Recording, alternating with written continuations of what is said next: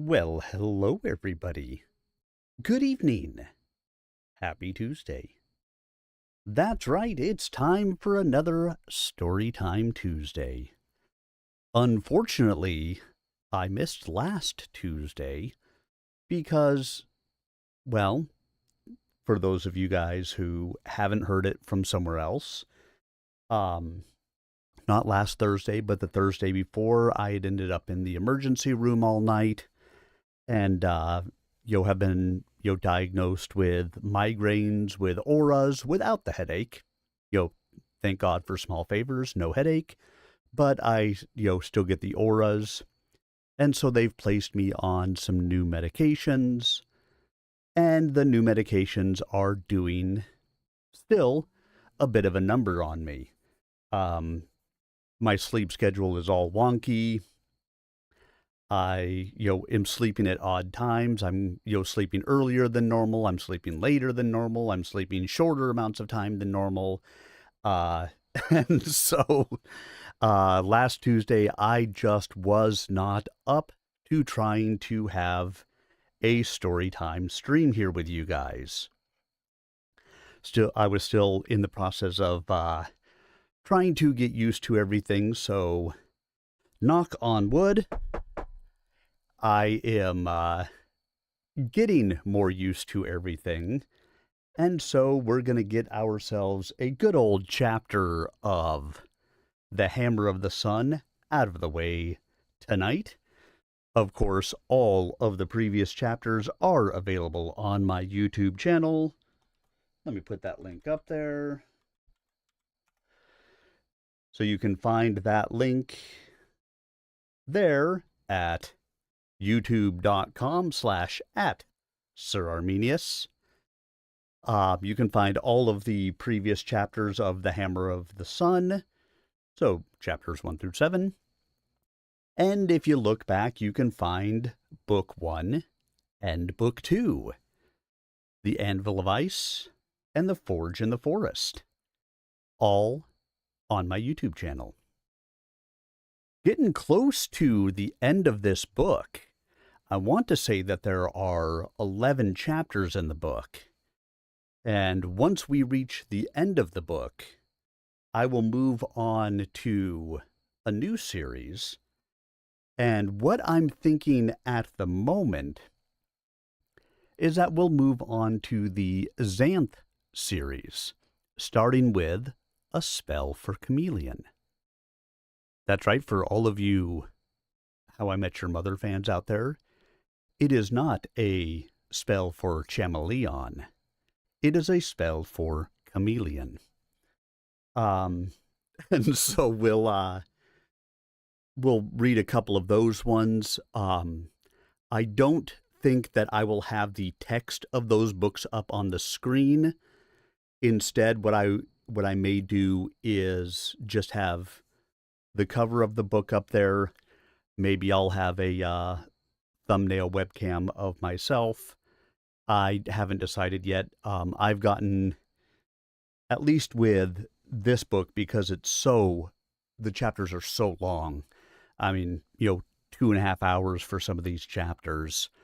I find myself sitting and standing as the chapters go along, and my webcam really can't move with me that way, which is part of the reason why I stopped showing the webcam here, because I want to be able to stand up and sit down as I need to throughout this without kind of interrupting everything for you guys.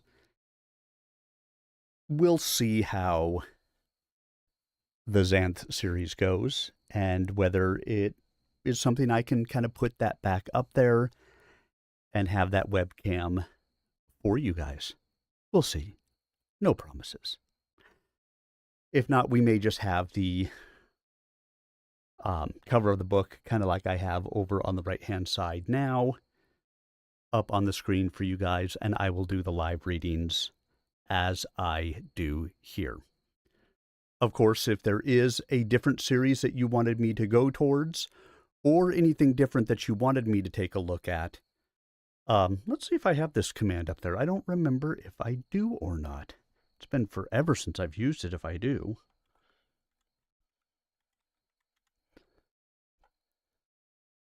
I do have it. That is my Discord channel. In my Discord channel, I have a channel in there called Book Recommendations. You are welcome to put, some book recommendations in there.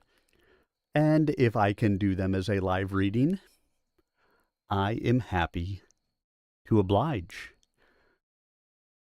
These are not just for me and for my practice as an aspiring voiceover artist and hopefully story narrator and audiobook narrator, but it's for your enjoyment as well.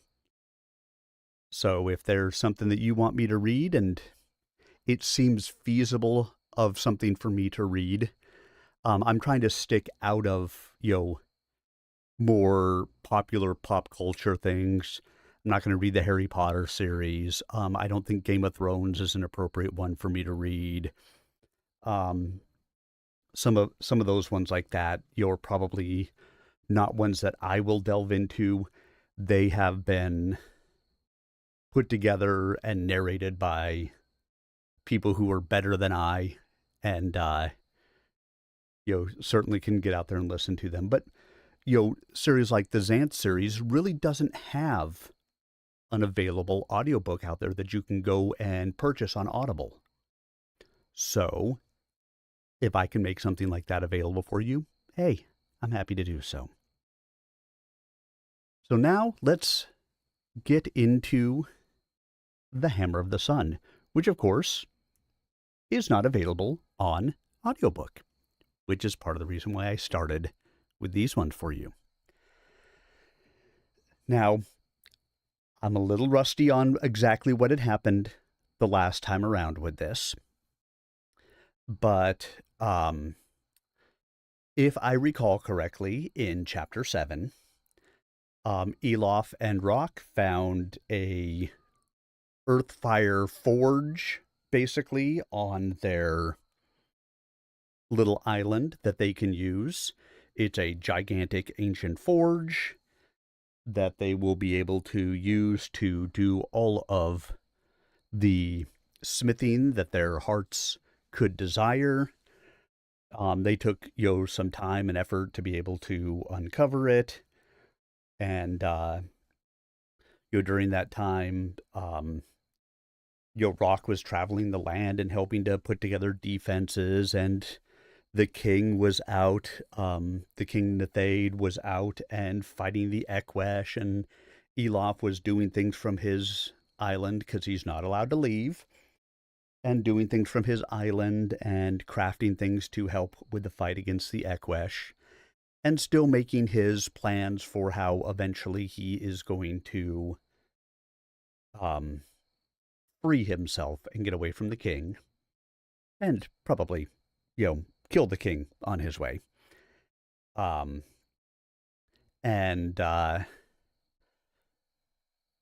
is part of what he is doing out there. And then, towards the end of this, he was visited by a black swan, which they only know of one black gigantic swan in all the world, and that is his love, Kara. And so, with seeing her, he was worried that an assault was nigh, and so he warned the king. And that is where we will start Chapter 8. So sit back, everyone, relax, and prepare to enjoy tonight's reading of Chapter 8 of The Hammer of the Sun. Chapter 8. The Cleansing Fires. The assault that Elof feared did not come. He sent a guarded warning to Nithade, without saying why. It is some tribute to his standing with the king that he was taken seriously.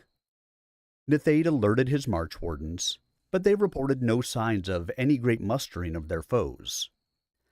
On the contrary, the Ekwesh armies were, if anything, dividing their numbers, avoiding battle, and returning to their raiding habits.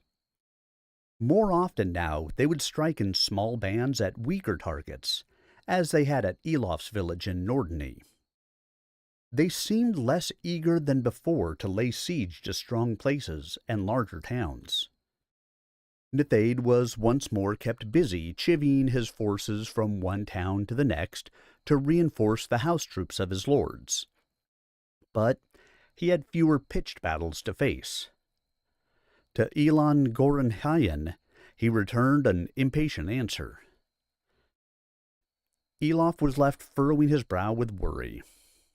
What then had been Kara's mission, if not to spy out some assault? For mission there must have been, and a grave one. Louhi would hardly have loosed her for less, knowing she might turn such freedom to her own ends. Why did she come, then? He muttered, staring up at the sky, as it lost its deep sapphire luster and took on the misty sheen of a pearl.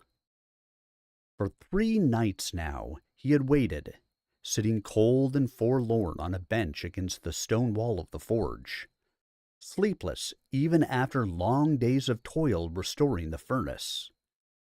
But he had seen nothing, not so much as the sweep of wings across the paling stars. What was she seeking? "Has it occurred to you," said Rock's voice behind him, "that it might have been you?" Elof looked around in surprise. His friend was as fond of his sleep as all other comforts, and rarely rose this early, save at great need. Of course, she turned aside to seek me out, though whether out of scorn or spite or something more, I still can't guess. "No," said Rock, treading carefully. "I mean that she didn't turn aside from her mission, that she fulfilled it, that a certain lady gave her the order to seek out you." "I?" Elof laughed. "Surely not, Rock. Once, perhaps. But what would the warlord of the Great Ice want with me now? Why should she come hunting one crippled smith after 6 long years? How could she even know I still lived, let alone here of all places? And surely Kara would not." "You won't face it, will you?" demanded Rock, less carefully. "The turn in the war, all your fine new walls and weapons. You can wager Louhi's taken good mind of those. Wouldn't be that hard for her to guess where they've sprung from all of a sudden. Whose hand lay behind them? What more likely than yours? All but branded your name on 'em, you have, for those with eyes to read." Elof was silent, and Rock pressed home his attack. "Then she'd have prisoners to torture. Maybe even spies of Brihon's ilk to call on. What'll they tell her? Rumors, aye, but think of them. Some outland sorcerer, a cripple. She might think she'd done that. And Gorthar? By the high gate. Nithade, new armored and wielding a black sword. Then she'd know all right. Do you ask yourself what she'd do then?" "Why have I been so blind?" demanded Elof of himself. "Why did I not see this for myself?" "Because you wouldn't credit that Kara could hunt you," said Rock somberly. Elof shook his head. "Still, I cannot. Not for Louhi.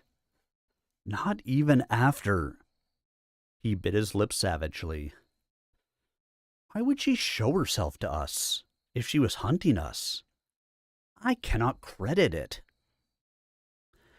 "And yet, once she came close to slaying us all at Louhi's behest," said Rock quietly, though bravely she broke that bond.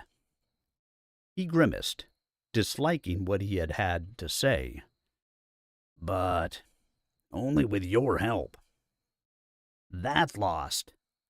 Why should she now have any greater strength? Because of what is past, said Elof, clutching his hand convulsively to his breast.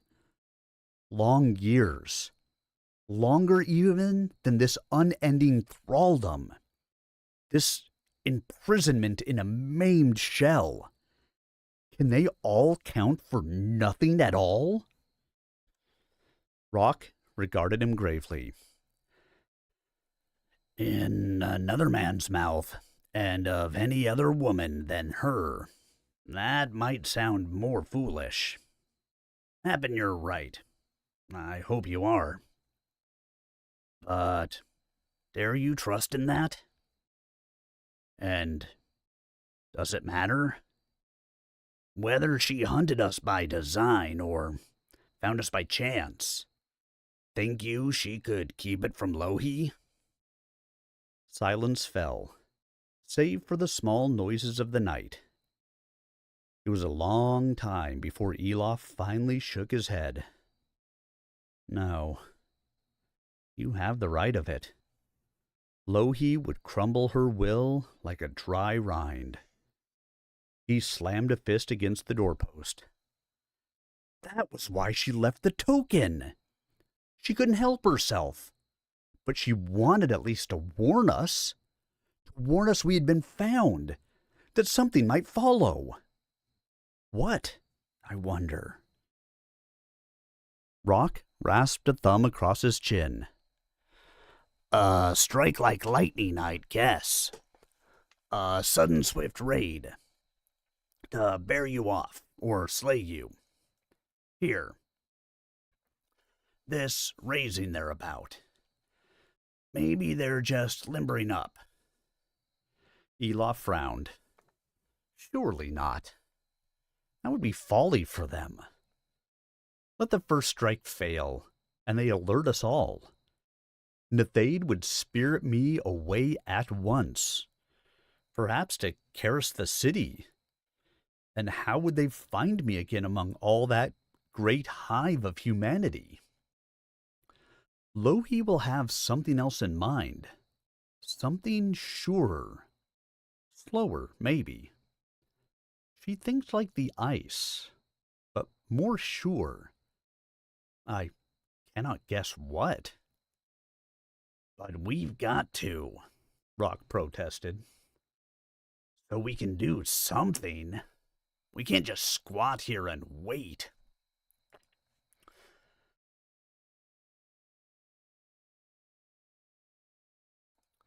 Elof rose up on his crutches.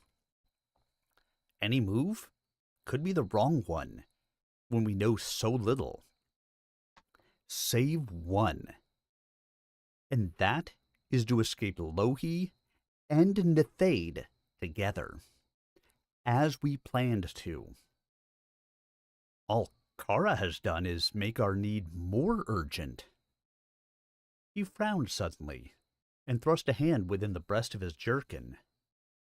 Unless what? I cannot be sure. But one thing I know. We have that furnace now, and no excuse for not using it. He stretched his back, swaying alarmingly, and clapped Rock on the shoulder. Rock groaned. Will you not even snatch an hour or two of sleep, lest you lose the habit? Elof laughed. Was it not you who was so eager to do something? Well then, bestir yourself. The ice itself is on our track. The forge roared as he hauled a last time on the bellows lever, and the light swelled among the heaped coals. He seized a bar of steel in his tongs and drew it out, sparking and sputtering white, just on the edge of burning itself. Then he swung about on his crutches, laid it against the anvil's edge, and snatched up a heavy hammer.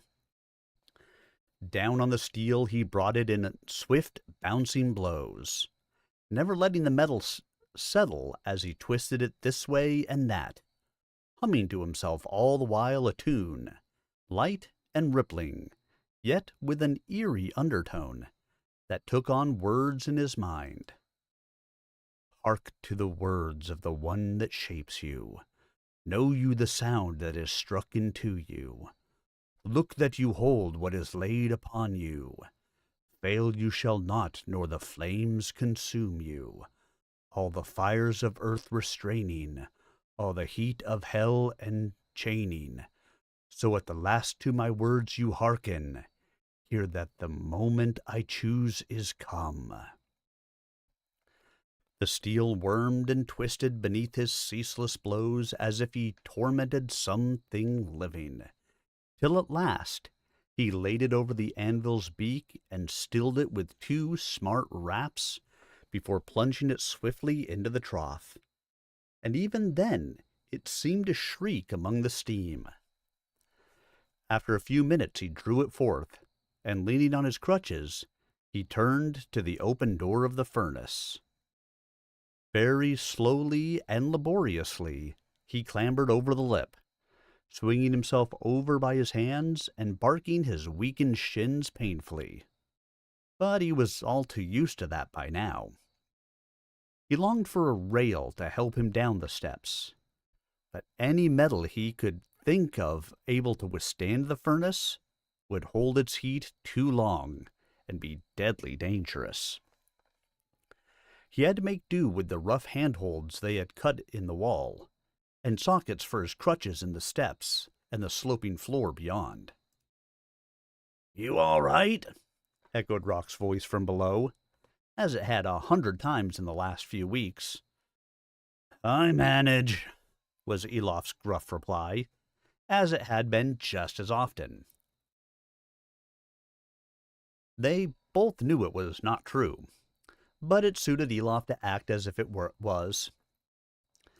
Before they found the forge, he had grown at least partly reconciled to his condition, but the difficulties of working on it had revived all his raw resentment. "Here," he said, when at last he reached the floor and tossed the bar to Rock, who caught it deftly and began to clean and file it to a close fit with the mechanism he was working on. Elof hobbled slowly across the sloping floor to join him, then leaned against the wall, mopping his brow. "You're a fine artificer," he said more cheerfully, leaning over Rock's shoulder. "That's as good a job as I could have done." "Save that you'd have had it sit up and beg," puffed Rock, reaching for a finer file.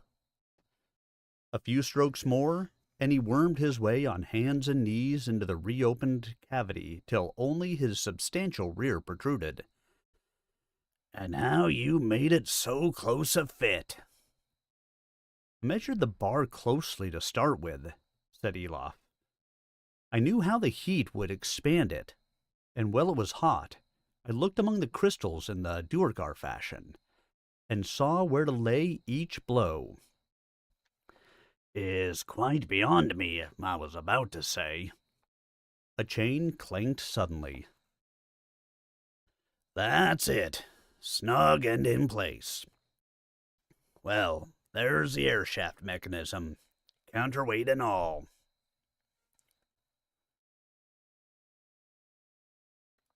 Your furnace is yours for the testing any time." He reappeared, brushing grime out of his thick thatch of hair. "Ooh, how'd you like your soot? Congealed, caked, or just plain loose and powdery? Do you take your fancy?" "There's a great deal of it," remarked Elof thoughtfully. "Only just noticed that. Times were when we were working down here I thought we'd kill every fish in the great river bathing at the day's end." "Yes, but why?"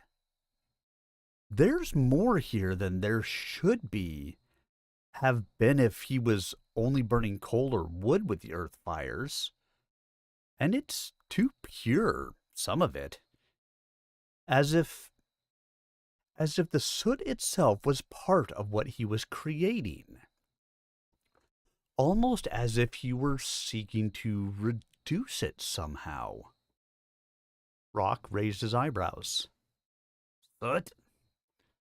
What use might that be to a smith? More like a curse to this one. You did not study among the Duergar, or in Morvenhall. The pure stuff of such a burning has many uses. For one, it may change steel, smelt it deep among its very crystals. So was Kermorven's sword made, that can hew plain iron unscathed. And when very pure, it can be formed into many strange substances. It was Marja who reminded me of that long since. Wood or coal will yield it, but more easily still stone's blood, that is their cousin. The Duergar know of many. Some of the true mastersmiths in Karis of old made trial with the stuff, and I have many of their accounts among Amelis's library. I may be able to improve upon their methods. In fact, it was some of these I meant to try here first, for this furnace is so well suited, so that now, by all the powers, I begin to wonder if that smith of old was not upon the same trail. Suddenly, he snapped his fingers, and reached up to one of the wall ledges so sharply that he all but overbalanced. Clouds of soot flew up as he swept his hand impatiently along it. "Not that one," he muttered, brushing another. "Nor this." "Are you out to choke the pair of us?" coughed Rock. But Elof paid him no heed, scraping along the shelves of stone till at last his hand closed upon that same smooth hank that he had first felt. "This," he hissed. "By all the powers! It can't be! And yet, what else? Spun! Spun!" "It's not hair, that's for sure," muttered Rock, tugging at a loose strand and managing only to cut his finger. "Is this one of your strange substances, then?" "You never know, it might well be. I've never seen or heard of anything like it before, and I'll wager you haven't either." Elof rifled the glossy stuff between his fingers. "Then you might lose," he murmured. "I think. I'm not sure, mind you. I think that I have heard and seen." "Among the Duergar, I suppose," grunted Rock, but Elof shook his head. "No. They knew of something like it, but they did not make it. Can you not tell by the very look of the stuff? And by the very feel of it? Powers! It burns in my hand." "Seems cool enough to me," muttered Rock in surprise, stroking it gingerly. "Just black, shiny, fine, and sharp as—" His voice tailed away, and when he looked up into Elof's face, his ruddy cheeks had paled beneath their sooty crust. "Gorthar?" he whispered, and Elof inclined his head. "Remember what I told you once? Of those moments when I poured the lightning down upon it? And of what I saw?" Rock's voice fell very quiet. "Then It was no single substance at all, but made of a tangle of fine filaments, compressed somehow. Into a sword. My sword. Someone's sword before me. Whose? I hardly dare think. Rock whistled and hefted the hank in his fingers. So that's the seeker of that blade, huh? He twisted it in his muscular hands. Stronger than steel, it could well be. So likely it was some smith of Caris made it then, by binding filaments like these. No, said Elof dully, staring beyond him into nothingness. Not like these. But you said, not like these. These. Rock dropped the filaments as if they had turned to snakes. What? Don't be daft, man. How can you be so sure? The gauge of them is the same. I've held that sword too long not to know the stuff of it again. I feel it, Rock. I can feel the blade in my grasp, even as we stand here. I think you've shed your wits, barked Rock, backing away. There must still be some bad air here. No, Rock. You never know, you said. But for once, I do know. It is not only a feeling. Do you look on those shelves behind you and see again what we saw when first we came down here? Old vessels, pitchers, molds, sword molds by Hellas tresses. He snatched one off the shelf and held it up, then turned to Elof with a look of dawning understanding. It's much like the shape of Gorthar. Much. But it's not the same. Not wholly. No, said Elof quietly. The crystal lamp was beginning to dim. The light of day it had gathered to fade.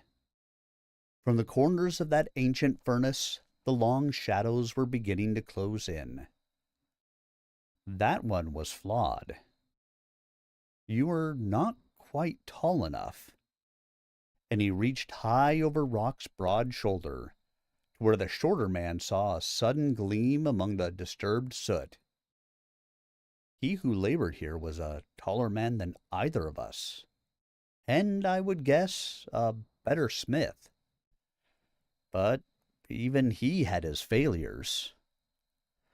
And from the long-neglected shelf, amid a cloud of soot, he drew forth a twin to the black blade, bare-tanged and gleaming, as he had first drawn it from the marsh, from the hand of one centuries dead, save that midway down it was warped and cracked, as if some impatient hand had wrung it and flung it disgustedly aside. Vade? Rock's growl had thinned to a dry whisper, and it trembled. Elof had seen him stand indomitable against so much, but he feared the dead. "No!"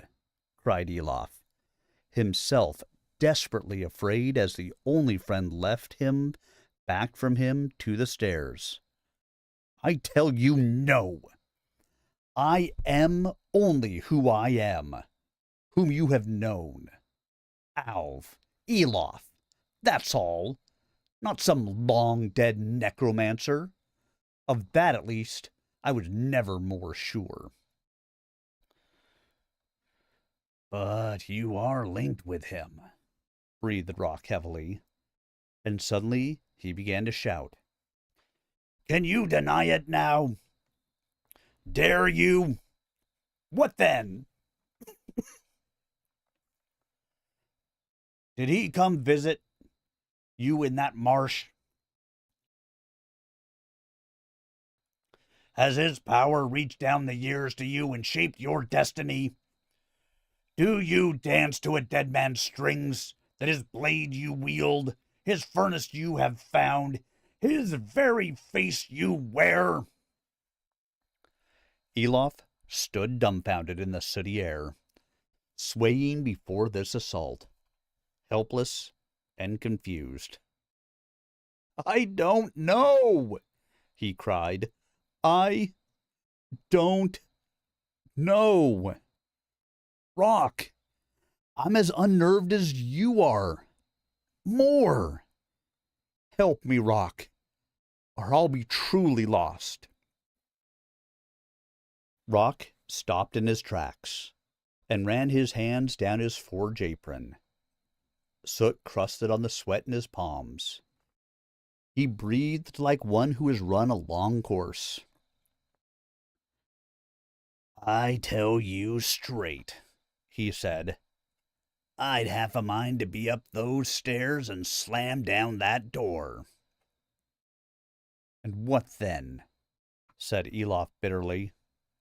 "Open the other doors?" Rock hung his head. "I don't know. Half a mind, maybe. I'd have thought better of it once I'd got my wind back." He picked up the lamp, now scarcely brighter than a glow in that gloom. "Hell, man. Let's get out of here, into the clean air. This murk's got into our minds.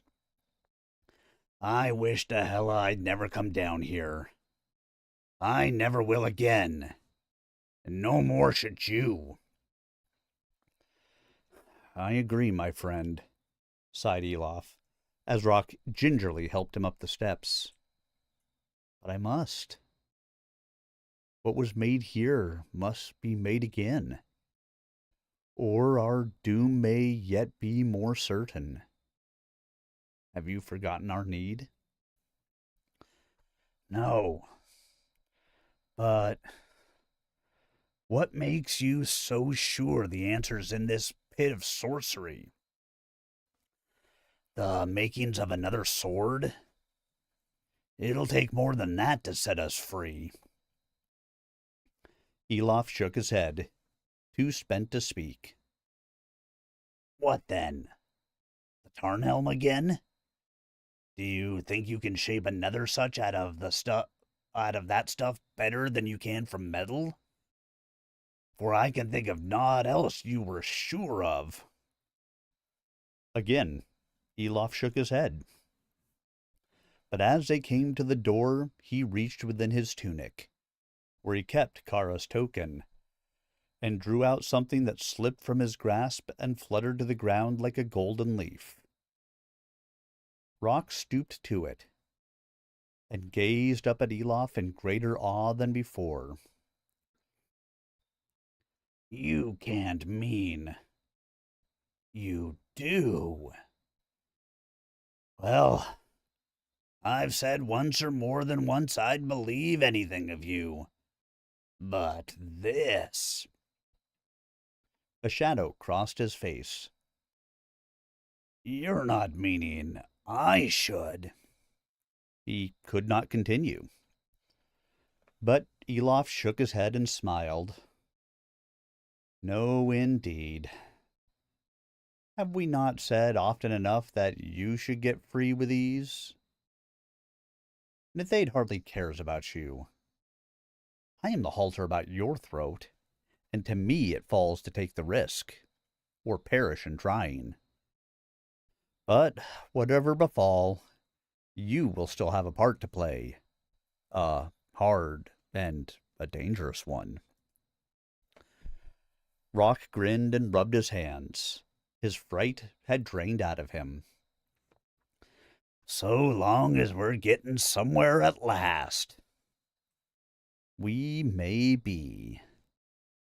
But who knows how much time has left us. Kara showed us that, whatever she intended, and perhaps also pointed us our way. But it is not yet ours to take. He slammed the sloping door of the furnace and twisted the screws that held it tight. Then he turned to the remade mechanism and began to wind the wheel. The soft, dragging squeal of the doors and their runners echoed up, setting Elof's teeth on edge. Then beneath their feet a dragon coughed, and the stone quivered to a vast, remote roaring. Rock watched tensely as he wound the wheel still wider and set in motion the water wheel that drove the air vents. They both kept a tense eye upon a row of tall stems rising from the ground along the length of the furnace. Stalks of dark metal set about with leaves of gold. In seconds, no more, the first leaves quivered and began to curl in upon themselves, and the second soon followed. But only when the leaves of the third were curled tight did Elof spin the wheel backward to close the doors below. The whine of the air shafts died, and a last puff of vapor came spurting up through the vents, mephitic and biting, before Rock was able to close them and choke off the growl of the unquiet earth beneath. "Well, they work, by all the powers!" exclaimed Elof, peering through streaming eyes at the writhing leaves.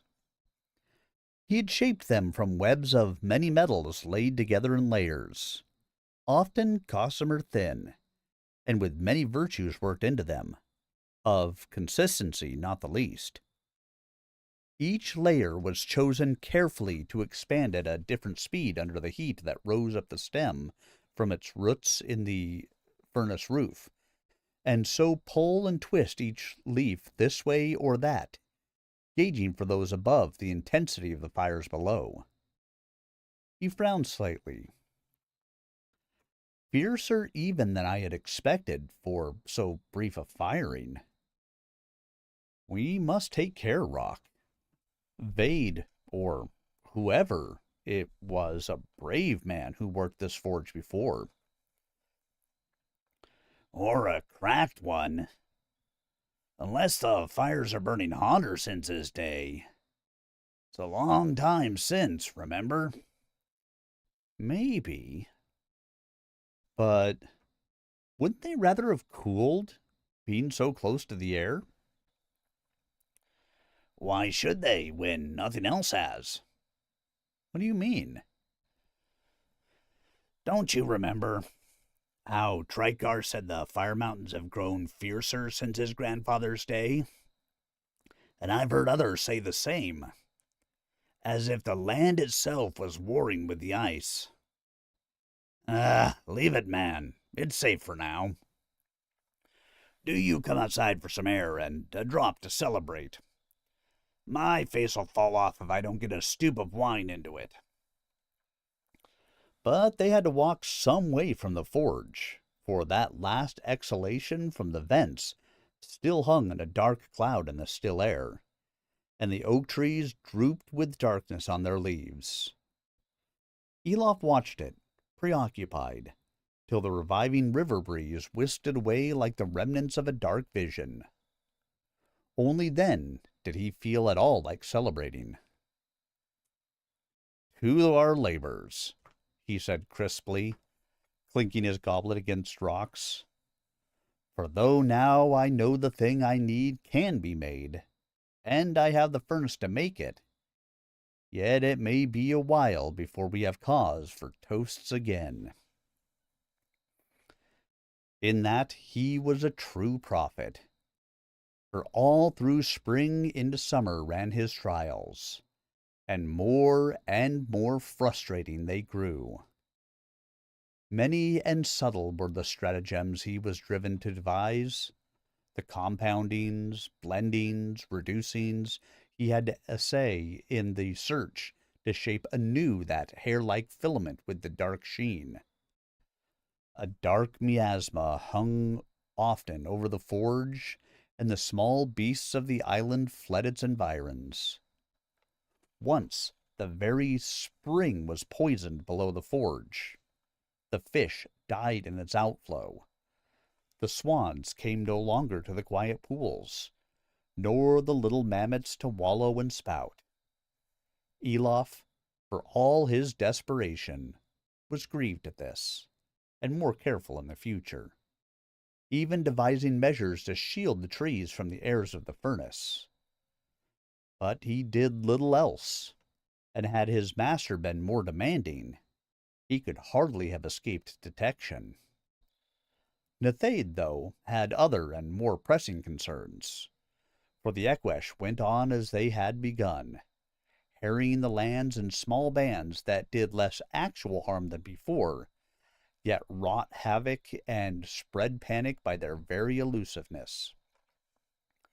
Nor had they any need to slacken their campaign in the summer months, as when they were mustered in a full army, for a part of each clan could direct the thrall-gathered harvests in turn, while the rest were raiding. Only where Elof's new fortifications stood were the raids blunted, for they rarely dared afford the time to lay siege to a town so defended. And the labyrinthine barrier, as it spread, blocked the quick influx and escape upon which their strategies depended. When Nethaid could fall upon such a band of raiders heavily engaged against a town, or trap them between the slender garrison of the barriers and his own army, he wiped them out to a man. But otherwise, he was left floundering with his heavy forces from place to place, after reavers who darted in and out like fish nibbling a bait. Only by surprise and good fortune could he intercept them, and he seemed to be having less of both. In many places he left garrisons, but one might fall into undisturbed idleness, another be overwhelmed by unusually large numbers, another worn away by repeated harassment. All were equally destructive. Often he had to face minor mutinies among his levies when they heard of their homelands being pillaged, while they were kept chasing some elusive threat halfway down the border. All this grew worse, and his standing, which by Elof's creations and his own fierce energy had been greatly enhanced of late, began once again to suffer. Even his own warriors grew louder in their grumbles, and more ready to remember that for all his claims to Ysmerian blood, he held the throne by the right of a usurper only, and that through a Ysmerian great-grandfather his children had a better right than he. Even at his court, since he was so often absent, this came to be said openly, and less than eagerly discouraged by his sons. So Rock reported, for as often as ever he went abroad to aid in the fortifications, and Elof was left to his lone and gloomy labors. It was from one such excursion that he returned, early in the next winter, that was the 7th of Elof's thraldom, and found his friend seated at their table with a great mass of filament before him, and a strange smile on his face. He was clad as if to celebrate in some of the fine garments that Nethaid had sent them. But Rock did not fail to notice how stiffly and gingerly he rose, nor that his crutches were new and of steel, nor that the end wall of the forge had a stained and blackened cast to it, as from the passage of great heat. As Elof offered him his hand in greeting, he took the arm instead, and saw Elof wince as he gripped the bandages beneath. Looking closely, he saw that his friend's cheeks had a sheen to them as of new scarring, tight and papery. "You've been doing it, haven't you daft bastard?" Rock hissed, gripping harder in his anger. "Going down there to work, and all by yourself. Fired your bloody clothes, didn't you, huh?" It was the only way, said Elof faintly, and sat down, clutching his arm. The only way untried. The lesser the wound, the slower it is to heal. So it is with me, I think.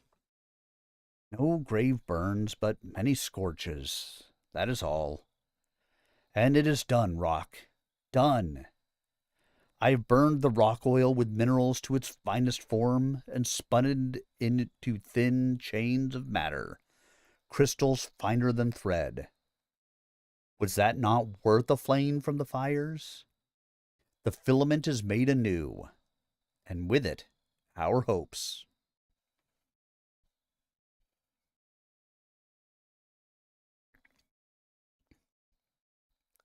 Rock shook his head resignedly. The filaments, maybe, but all the rest? How will you come by the materials you need? Crystals take time to grow. And where can you find enough gold for? That taxed me also, said Elof, smiling darkly once more. But no longer. Nithaida's returned. Have you heard? Aye, he had me to the palace, to quiz about the state of the fortifications. He is hard-pressed, that one. He leaves the field only to tighten his grip on the heartlands and raise more money for the campaigns. It's rumored he plans a new minting of coinage. He does, said Elof, still smiling. But he has need of my aid with it.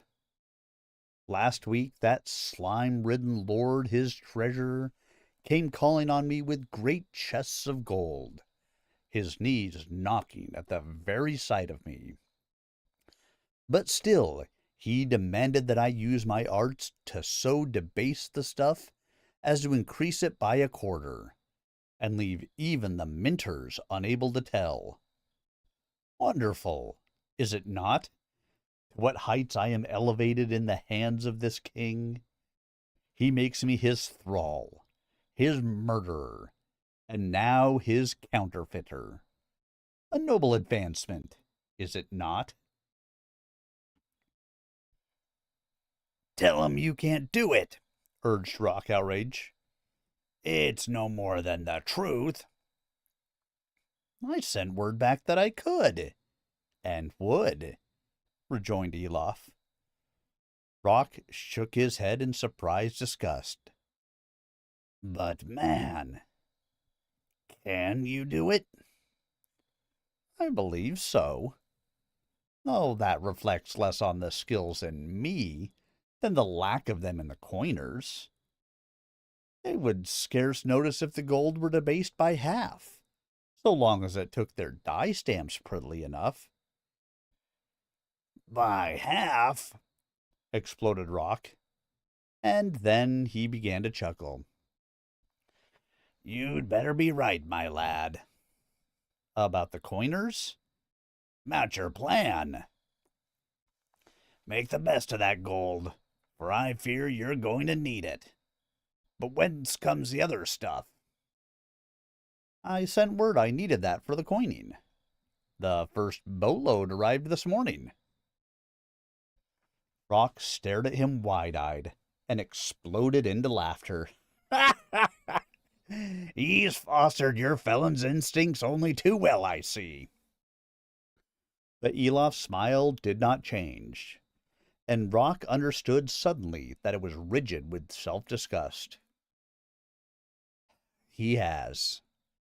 And if one day it should lead me to forget that I am a master smith and no common assassin, be it upon his head. The winter that came was harder even than those before, and it was among banks of snow and bitter winds that Elof entered the 8th year of his thraldom. He scarcely noticed.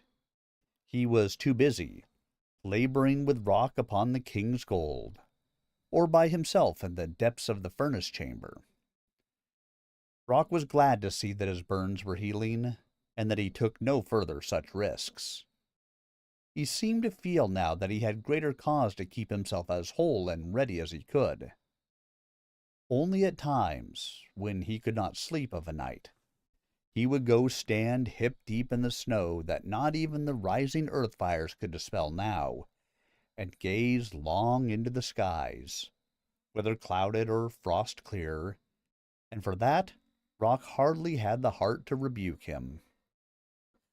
But he saw no more wings.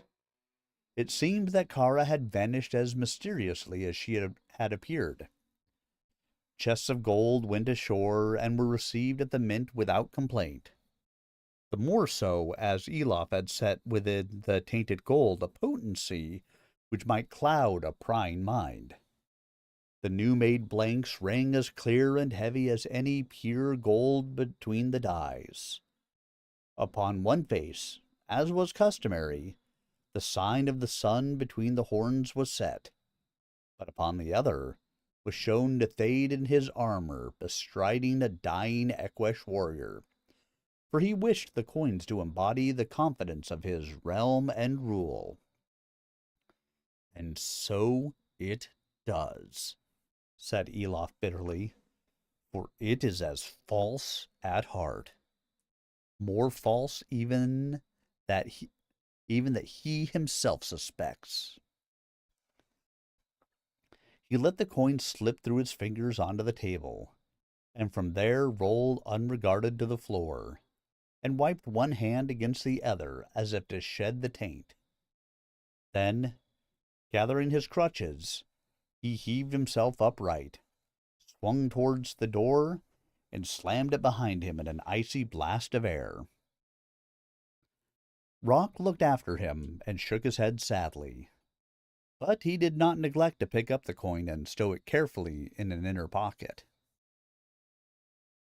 Elof floundered out through the snow, climbing laboriously to the summit of the hill, drinking in deep draughts of the clean air as if to wash out the clinging taint of dishonesty.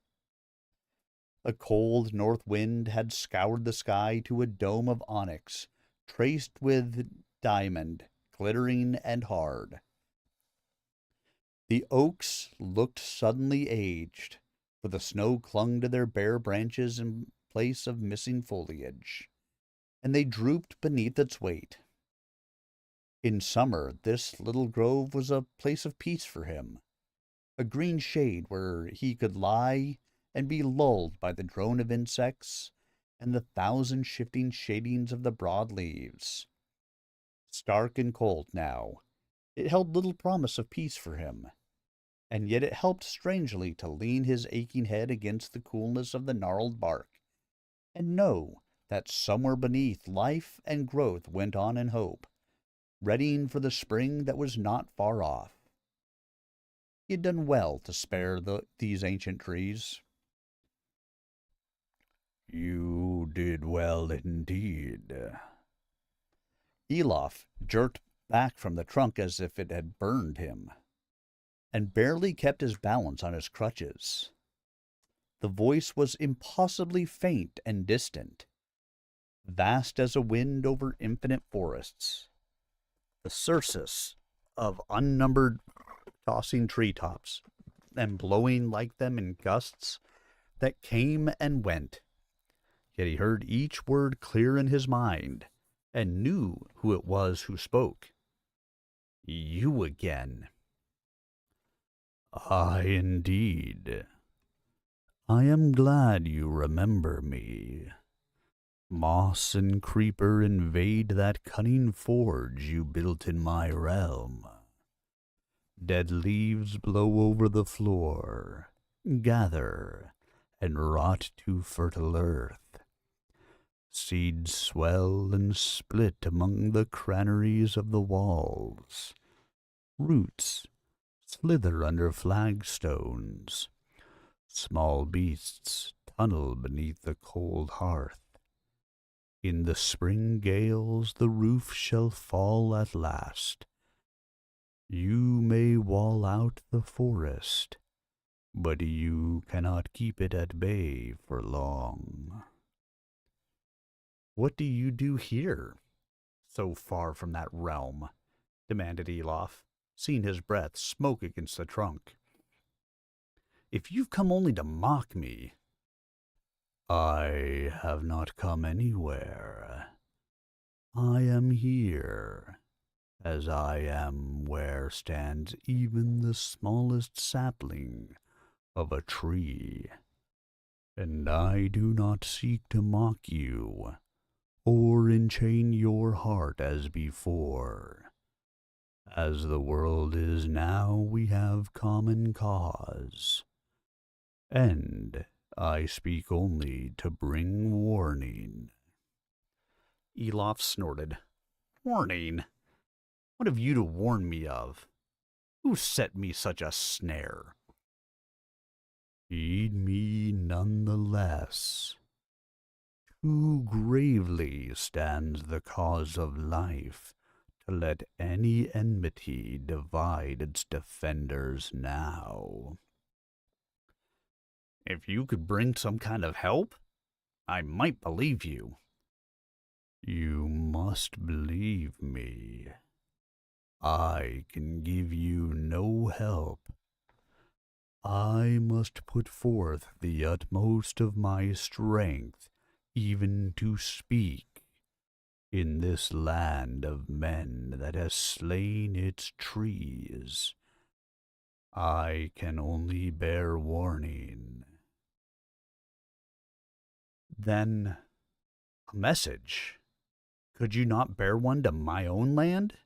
To Cairn Kermorvant, its king? There are trees enough. But none to hear their voices. Few hear me, save at the edge of thought, who have not dwelt long in my realm, or trafficked otherwise with the powers. You have tasted the blood of the worm. That is a minor power embodied. And you have your smithcraft. That is the gift of a power to men. Few have as much in your Eastlands. None. Elof caught his breath. But you can see that land? Then do you tell me at least how my friends there fare? How stands their realm? I beg of you. For a moment, no answer came, only silence. Then, in a sudden gust, the great voice called again. I look, and it is well. Though trees are felled, others are sown. The land is tended, and not laid to waste. A land of peace, a land that looks to the coming years. A wise land. Were all such, I would have less quarrel with your kind. I see men and Duergar meet in harmony beneath the trees, and praise their lords who drew them from the west. Of the city I see little among stone, but on the shore are stood 2 watchers more. You would know their likeness. I can see no more. The sudden heat of tears over his cold cheeks startled him. I thank you, Lord of Forests. It is more than enough. Of what then would you warn me? Of one more thing I cannot clearly see. For in the realms of the ice less grows even than among the stones men raise. Yet something is stirring. Moss and lichen feel it, and the seeds that sleep beneath the frozen ground against the day of its withdrawing. They are my spies, and they bring me word. The ice prepares to tip the balance at last, and this is the place appointed. Against Tawen-Tar I cannot stand, where trees are so few. But you, who break the wills of powers upon your anvil, it may be that you can. It is laid upon you to try. But how? What will the ice do? It is too far off to strike a spearhead against Karis as against Morven. It is nearer than you may think. Already Taun's ground ice gnaws the roots of my highland forests, and they falter. This winter will be long, but the next one will seem to have no end. Then, sometime in the summerless months that must follow, the glaciers themselves will throw their weight upon the scales. Abruptly, the voice broke off and grew harsh and shrill as a storm wind. One is here who listens. I speak no more. You know enough. Reflect in care and fear. The silence was as sudden and absolute as the slamming of some distant door.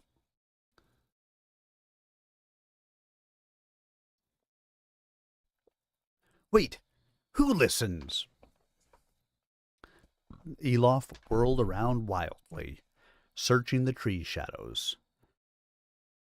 He fought for balance and toppled into the crisp snow, his crutches clattering apart.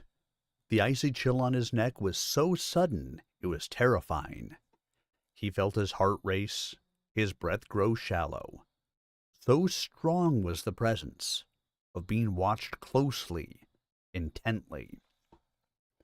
His mind flooded with thoughts of those terrors, thin and shadowy, that stalked the outlands on just such nights as these. He had to get up, to jump up and run, and to know he could not was to live a nightmare. He fought to call for Rock, but his voice was dry in his throat. Frantically, he twisted about, grabbed his crutches, and struggled to find a footing on the hill. But even as he somehow managed to rise, he stopped, swayed as if struck, and reached out a hand not to strike, but unbelieving to touch. She stood there at the margin of the grove, a pale face atop a mantle of shadows, her eyes wide and gleaming. But what he read in them he could not be sure, whether it was love or hate, pity, disgust, scorn, all of these or none. She saw him in all his weakness and shame, broken, halting upon his crutches, and what she thought he could not guess. Another moment, another fraction of a heartbeat, and he might have read the mystery of her gaze, fathomed the pools darker than the darkness that were her eyes so long lost to him, so dearly, so painfully remembered. But even as he reached out, her mantle became a flurry of motion. Even as he cried out her name, a great wind beat upon his face. A shadow passed over the moon, and when Rock, horrified, came running from the hut, he found Elof staring lost and empty-eyed at the distant skies. In a few curt words he told his friend what had happened. Rock could do nothing but shake his head. It's beyond me, either of them. If you didn't but dream them both up. No! It was more like awakening. This could be the dream. I would be to all the powers that were. Rock scratched his head and chuckled. Sorry, I'm too real. Tell you what, though. I'll stand here a while with you, if you will, and scan the skies, though your eyes are sharper than mine. And I don't think she'll come back. Not tonight, I mean, he added hastily. But another night, for certain. And each time she's come closer. That's something, isn't it? Elof scraped a crutch in the snow. Thanks for that comfort. I should accept it. I might, if she had not come so hard on Tapayao's warning. What did she mean? What was her purpose? And whose? Her own? Or Louhi's? Who am I to say? But it's a question better pondered within doors over warm wine. Or better yet, slept on. Will you not to your bed? Elof resisted, but soon let Rock draw him away. But ever and anon he looked about him as he made their way down into the hollow where the forge stood, spilling golden warmth across the snow from its open door. As they turned the corner towards it, Elof cast one lingering look back, and stopped dead, though his crutches sank deep into the snow. What is it? Rock whispered. Do you see her again? No, whispered Elof. Do you look there? What then? The slope? The water? The further shore? Snow upon snow. And the first clear night we've had for an age and an age. Clear it is. Clear as glass and as brittle. Look up, man. Up. To the shore. The hills. The far horizon. There the night is not clear. A fell word is written on it. Have you the eyes to see? Rock saw and caught his breath in anguish.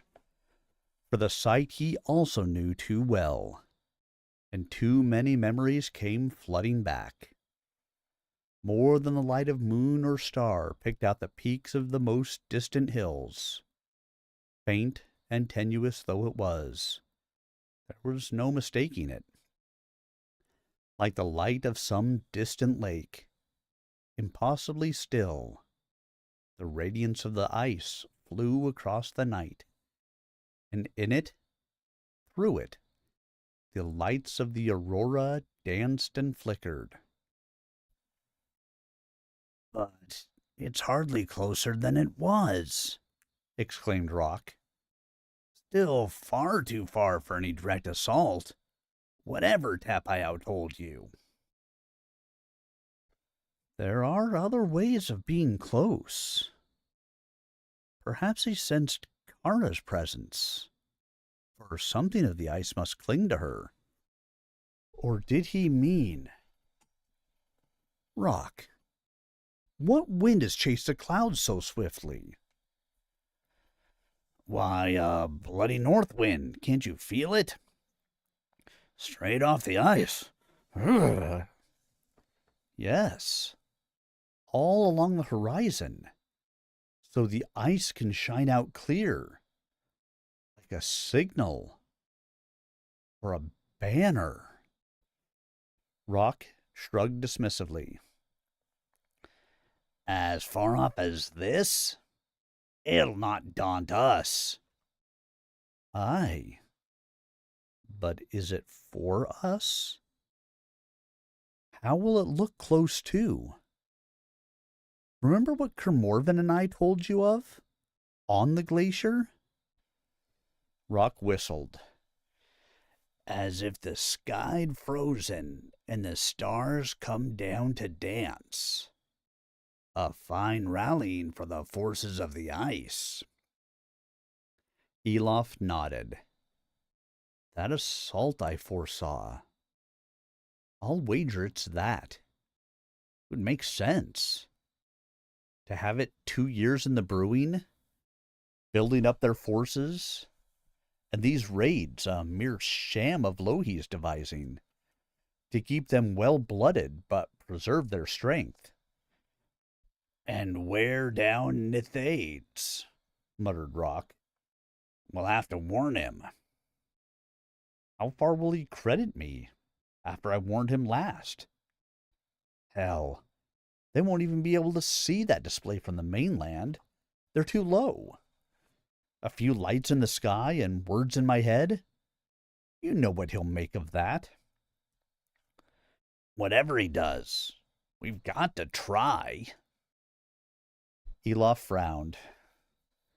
Yes, but there's little we can do till daylight. None save Nithade himself, or one or two of the guards, would come near Elan Gorenhayan by night. Not even if we fired the whole forge, growled Rock. And they're all up at the palace. So be it, since it must. At first light, and may it be in time. But there was no need. If it should seem strange that the chroniclers count that one night's happenings as crucial, then let it be remembered that the weightiest of balances turn on the finest of points. It is known that, even as Elof and Rock spoke, lights danced in the sky over Karis, as over the wildlands. Angry sparks of red and gold. The beacon fires sprang from hill to hill like the first sparks of a racing forest fire, and after them the golden flashes of the signal mirrors. Even as Elof flashed a mirror towards the guard post on the harbor wall, royal messengers were spurring their lathered mounts across the slippery cobbles around the harbor, and ere he had sent his warning, he saw beyond the walls the masts of the tall cogs stirring as they were warped from dock to loading quay, ready to re-embark the troops they had but lately released to homes and families. The assault had already begun. More word soon followed. The first assault had spent itself among the maze of Elof's defenses, with terrible slaughter done by the light garrison. But they themselves had taken great losses, and feared another such attack would leave them unable to man the wall. There were signs that one was mustering, greater than the first, but strange beasts prowled the lands around, and terrors stranger still, and trackers and spies who sought to discover more did not return. Nithade was needed, and that very afternoon he set sail with such force as he could gather from the city, leaving his commanders to raise levies from the other lands and follow. Elof and Rock were watching from the vantage of the forge as the flotilla departed, but they were surprised to see the king's cog drop anchor in the lee of Elan Gorenhayan, and Nithade himself be rowed ashore. His greeting was unceremonious. "What's this about a warning of yours?" he was bellowing before his boat scraped onto the shore. "How do you come to know something was afoot?" Elof told him only of the lights over the ice, making no mention of Tapayao or Kara, and he tugged angrily at his beard. "It looks bad," he muttered, "and you can't tell me more. No more cunning tricks to hand." Elof studied the king a moment. His heavy face seemed to have loosened, coarsened. He had grown fatter, and there were dark pouches under his eyes, stale wine on his breath. "I have nothing ready to show you, king." Disappointment and desperation chased like clouds across Nithade's face, and the veins at his temple bulged. "Nothing!" he barked. Then, and with a glance at the men in the boat, he lowered his voice. "Nothing at all. What have you been about these past weeks, then?" What do you think I treat you this well for? You're still a thrall by Veria, and you'll serve as one. Or you needn't the lash to remind you. I do have a work in hand, Elof answered truthfully, which may be of great service against the ice, but it is not yet finished. Then finish it, man. Finish it today, while I watch. King, if I could, I would. Believe you me. But you should know by now that smithcraft cannot be hurried. It will take some weeks still. But when it is done, I promise, the first to see and wonder will be you. If I'm still here, muttered Nethade, and then added, if I'm not, you are answerable to my sons, remember. The throne will be theirs soon in any event. I grow old. I can stand little more of this. He drew a deep breath, then straightened up and turned on his heel, and stalked back to the boat. Over his shoulder he shouted back, I'll have it the moment I return, mind ya. There goes a man afraid, observed Rock thoughtfully as they watched the king rowed back to his ship. Looking for some straw to clutch. Now he'll be telling the rowers he's had counsel from the sorcerer, so they can spread the rumor to hearten his troops. And so he can blame everything that goes amiss upon me, said Elof with a grim smile. Well, to work. I've a promise to keep now. At least it will be many weeks more till we are disturbed again. In that, as it turned out, he was wrong. It was only some 3 weeks later that Rock's cry brought Elof hurrying and stumbling up from the depths of the forge. The light hammers and shapers he had been using spilling from the pockets of his forge leather. He leaned on the window ledge and squinted into the bright morning sun. You're right, he said in some surprise. A royal barge, painted like a jaybird, and flying the sun emblem. But Nethade never uses such a thing to come see us. He and Rock looked at each other. Someone more fond of pomp and luxury. I'll wager it's them. No stake, said Elof dryly. I can see them, and it's here they're headed. Then do you go clean up and don a robe, something ceremonial. The more maidsmith these two see, and the less thrall, the better. Elof nodded thoughtfully. When a horn sounded a flourish from the hill outside, it was Rock who swung open the heavy door of the forge. Elof smiled to himself as he heard the flourish falter. Someone was evidently nervous at finding himself there. The two tall figures who stepped over the threshold, however, could hardly have radiated a more arrogant confidence in their manner and their rich dress, scarlets and greens. It might only have been interest that had caused them to hesitate before the great sun symbol upon the door, or the dimness within. Elof had closed the shutters and plied the bellows to the forge fire by whose hearth he now sat. He had donned a robe Nethade had given him, and which normally he hated. It was of smith's black, full about the sleeves and hood, worked about breast and cuffs with symbols of smithcraft in gold, and he suspected it had belonged to Emilus. But now it served his purpose admirably. He had pulled the hood over his face, and as he rose from the hearthside, he felt he looked every inch the sorcerer. The crutches he could not help, but to offset them he held, as if ceremonial, a huge, long-shafted hammer. The sight of him, shadowed against the head-high forge flames, stopped the princes in their tracks. Hail, my lords, he said, and his voice rang beneath the high rafters of the forge. You honor the Isle of the Sorcerers with your presence. How fares the king, your father, in his wars? Does he send word by you? Behind the princes, he saw Rock striving not to laugh. He evidently thought Elof was simply out to keep those young popinjays off balance. But Elof's purpose was more serious, and he pressed it home.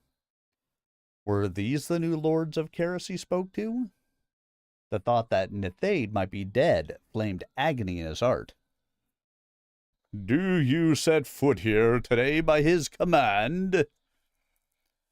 The older one, Gerida, was that his name? Looked Elof up and down with elaborate unconcern, and then turned to a workbench and idly picked up an elaborate piece of goldwork, a gem setting in fine wire. Quite cunning, he remarked. I see now why he trusts you with so much gold. But then, you have shown yourself worthy of trust, have you not? Many enough the time, and yet you have reason to hate him. Is this not so, Master Valant? I have never pretended otherwise, Prince. Gerda rounded on him sharply, taken aback by this casual mode of address. But he held back his words, and stood stroking his curling black beard, though something burned still in his eyes. You hate a man, yet serve him faithfully. He looked around. And for a poor reward, it seems to me. Eh, Kenrick? The younger prince chuckled. I wouldn't kennel my hounds in such a hovel as this. You're a puzzle, sorcerer. Gold flows through your hands, yet it seems that little sticks. I think our respected father has been rather unfair. Quite so, mused Gerda. I think that such service deserves its proper reward. You know that he has left the kingdom to us jointly, Master Valant. Well, if my brother is agreeable, I think we can do better. We can certainly do better for you than this. Kenrick chuckled. Of course. We'll set you free, sorcerer. How about that, eh? At the very least, said Gerda emphatically, gazing a little reproachfully at his brother. Freedom alone is small repayment. In the old days, a king would have ennobled a smith for that armour alone. I think a barony might be in order. A titular one, of course, with a stipend instead of a land, to free you from responsibilities, to allow you to remain with us at court and practice your art there. Kenrick chuckled. Say then, would you not rather serve a better master, one who rewarded you more to your liking? Gerda stiffened, and his dark eyes flashed a sudden anger at his brother. Elof read in it a warning. If it were possible to have them talk more freely, they would have to believe they were on safe ground for that. He bowed his head slowly and laid down the hammer. I have done so in the past. Gladly would I do so once more. The two men visibly relaxed, and Kenrick smiled mockingly at his brother. You will serve us then, sorcerer. That may be, said Elof cautiously, when your father wills it. Yes, chuckled Kenrick, and willed it he has, for his last testament is made and witnessed. Elof bit his lip. Do you tell me he is dead, then? Cannot your dark arts reveal the truth of that? Inquired Gerda sarcastically. What if he is? What indeed? Said Elof calmly, and shrugged. That, if I mistake not, you will tell me. Kenrick glanced nervously about him. Send your man away. This is not for the ears of thralls. Elof, smiling inwardly, glanced at Gerda, but saw only fierce and wary attention. Well and good. For all their scorn, they had soon forgotten that he also was a thrall. Imperiously, he waved Rock outside. Rock tugged his forelock and altogether overdid his show of deference, mopping and mowing. Fortunately, neither prince paid him the least attention. Their eyes were fixed on Elof. On Kenrick's smooth brows, beads of sweat had sprung out. He sought to speak, but his voice had dried up to a hoarse croak. Gerda's eyes narrowed, and he tossed the gold work into the air and caught it deftly. He was a burly man like his father, but taller and leaner, and at some 24 years a far more impressive figure. Save in the eyes. His were narrowed, and without Netheid's glittering vitality. Under his will, we inherit you with all else. We may do with you as we will, sorcerer. You would not wish to displease us, I am sure, but I need say no more than that. He smiled suddenly, a handsome, engaging smile. You see, it is not my way to govern with threats, or my noble brothers. We are not, shall we say, so single-minded as our father. We would not spill blood needlessly, nor dice with the lives of men. We believe in justice and peace. I would be glad to see such a one king of this land, said Elof smoothly. You will work your wizardry for us, then, Mr. Vallant, broke in Kenrick impatiently.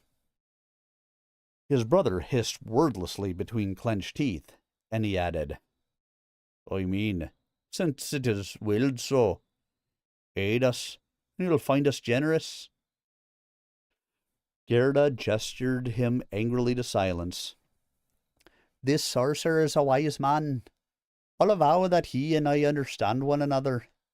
He'll serve us far more willingly than ever he has Netheid.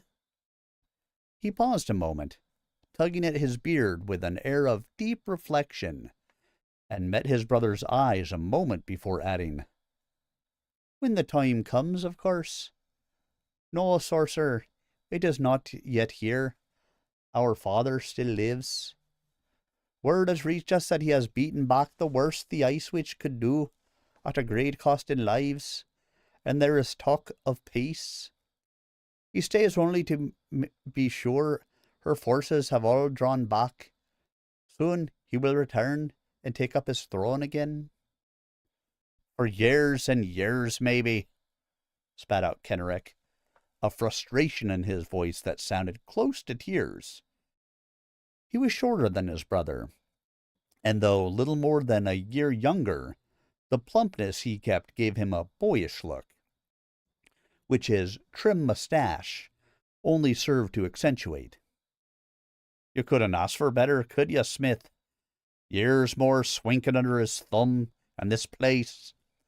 Years before you can come into our service. He gazed moodily into the fire. No more could we. Years of guzzling mouths, of endless levees, of eating, sleeping, breathing nothing but war. Of shedding a great river's worth of blood, put in Gerda. Terrible, of course, but absolutely necessary, you understand. Oh, of course, complained Kenrick, sprawling back on a bench. To win back all those wild wastelands on our northern borders, absolutely. Why should it matter, after all, that they've not been ours for 2 generations past, and that we've never missed them? Or the gate, that had become a punishment posting for mutinous soldiers. So far was it from anything anywhere civilized. Let the savages have them. That's what some people might say. Give up chasing about after every flea bite of a raid. After all, those border folk are half savage anyway. Leave them to fight one another and the rest of the country in peace. That's what some folks might say, but never us. He snorted. We're with our father, every step of the way. We can't wait to go blundering about the backwoods with a huge force every time the savages lift a few cows from the peasants. So we stir them up and have to spend another fortune quelling 'em. Eh, Gerada? Can we? We're afraid the ice witch is going to come and get us. Gerda smiled thinly, like a kindly adult entering into the spirit of an infant's game. I lie awake, worrying about it, he remarked. Never mind that I've never seen the ice moving any nearer in my lifetime. Our father is quite right to encourage all that cloud of superstition about it. And this witch woman that savages worship, how else would he drum up so much support? How else indeed? Laughed Kenrick. His brother seemed content to let him run on, as if confident what opinion of him Elof would form. After all, if it isn't the ice he has to deal with, it's those border lordlings. Now, there are those might be content. Let them run free and be hanged if they like, with their endless provincial bickerings, not as if they brought in their worth and taxes after all. But no, let's butcher every savage and whip every lordling into line, say I, and beggar the kingdom for century to come, if we need to. He bit off what he had been about to add and spat viciously into the fire. Gerida, who had been looking wary, relaxed and nodded calmly. Our esteemed father is certainly a man of great and warlike ambitions. If he makes peace with the savages, he will turn next to uniting our borders. That will be a bloody business, yet already he talks of it. And then, why, he dreams of the lands across the sea, whence I believe you came. Naturally, you would wish to see him rule there also. There is no limit to his ambition, and of course, the prince shrugged, he is fully entitled to it. He is, after all, the king. But there is no treason, after all, in favouring, as we have on occasions counselled, a less dedicated approach, suggested Elof, resting heavily on his crutches. The rumour of peace had shaken him, and he could think of little else at that moment. I see you understand, but, as he is entitled to do, he has ignored that. These things cannot be helped, of course. Our father is the rightful king, and we his loyal sons. There are those, of course, even many great lords and men of wealth and influence, who feel that our father's rule grows daily too costly, and not only in money, that he throws away lives like so much wine lees. They complain, if you will credit it, that they are weary of glutting this strife with their taxes and their sons. But this is dangerous talk a rebellion even, and there has been far too much of it around the court of late.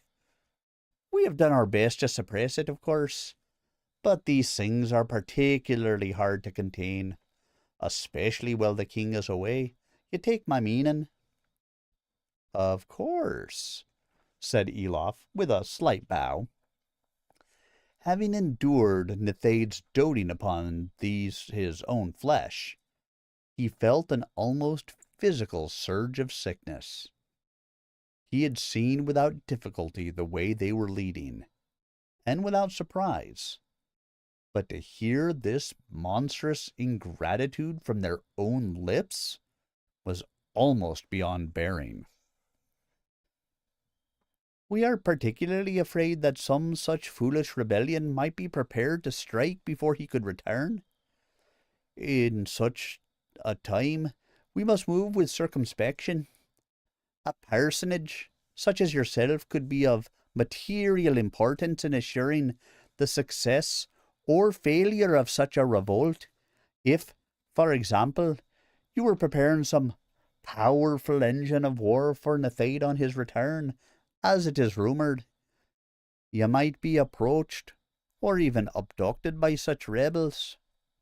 Tortured even, Kenrick chimed in. They'll balk at nothing, men like that. Gerda nodded, tugging his beard. It is possible. I do not like the idea, but it is possible. When the stakes are so great. We came to warn you, therefore, and to assure ourselves of exactly where your loyalties might stand in this matter. Were you approached, pressured even, by any such misguided faction? He paused, expectantly. You may be sure, said Elof slowly, that my loyalties are engaged as you would wish them to be, and that if the worst should come to the worst, I would hope to serve you and your brother in exactly the same manner as your father. As it happens, he leaned on his crutches and steepled his fingers, watching the sudden flaring of interest in their faces. As it happens, I am indeed working on such a device, which could be of signal advantage to either side in any rising, if they were clever enough and enjoyed sufficient support. I would feel a great deal better if you knew about it, and perhaps took charge of it, suggested Kenrick. His brother glared at him. Some details, at least, might be of assistance. A demonstration, even, if you are not saving that for Nethaid. Elof smiled. For him, yes.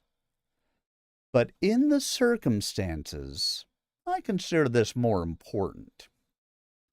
Provided all this is kept in the utmost confidence. He looked at Kenrick, and then meaningly at Gerda. That goes without saying, said the older prince sharply, with a sour look at his brother.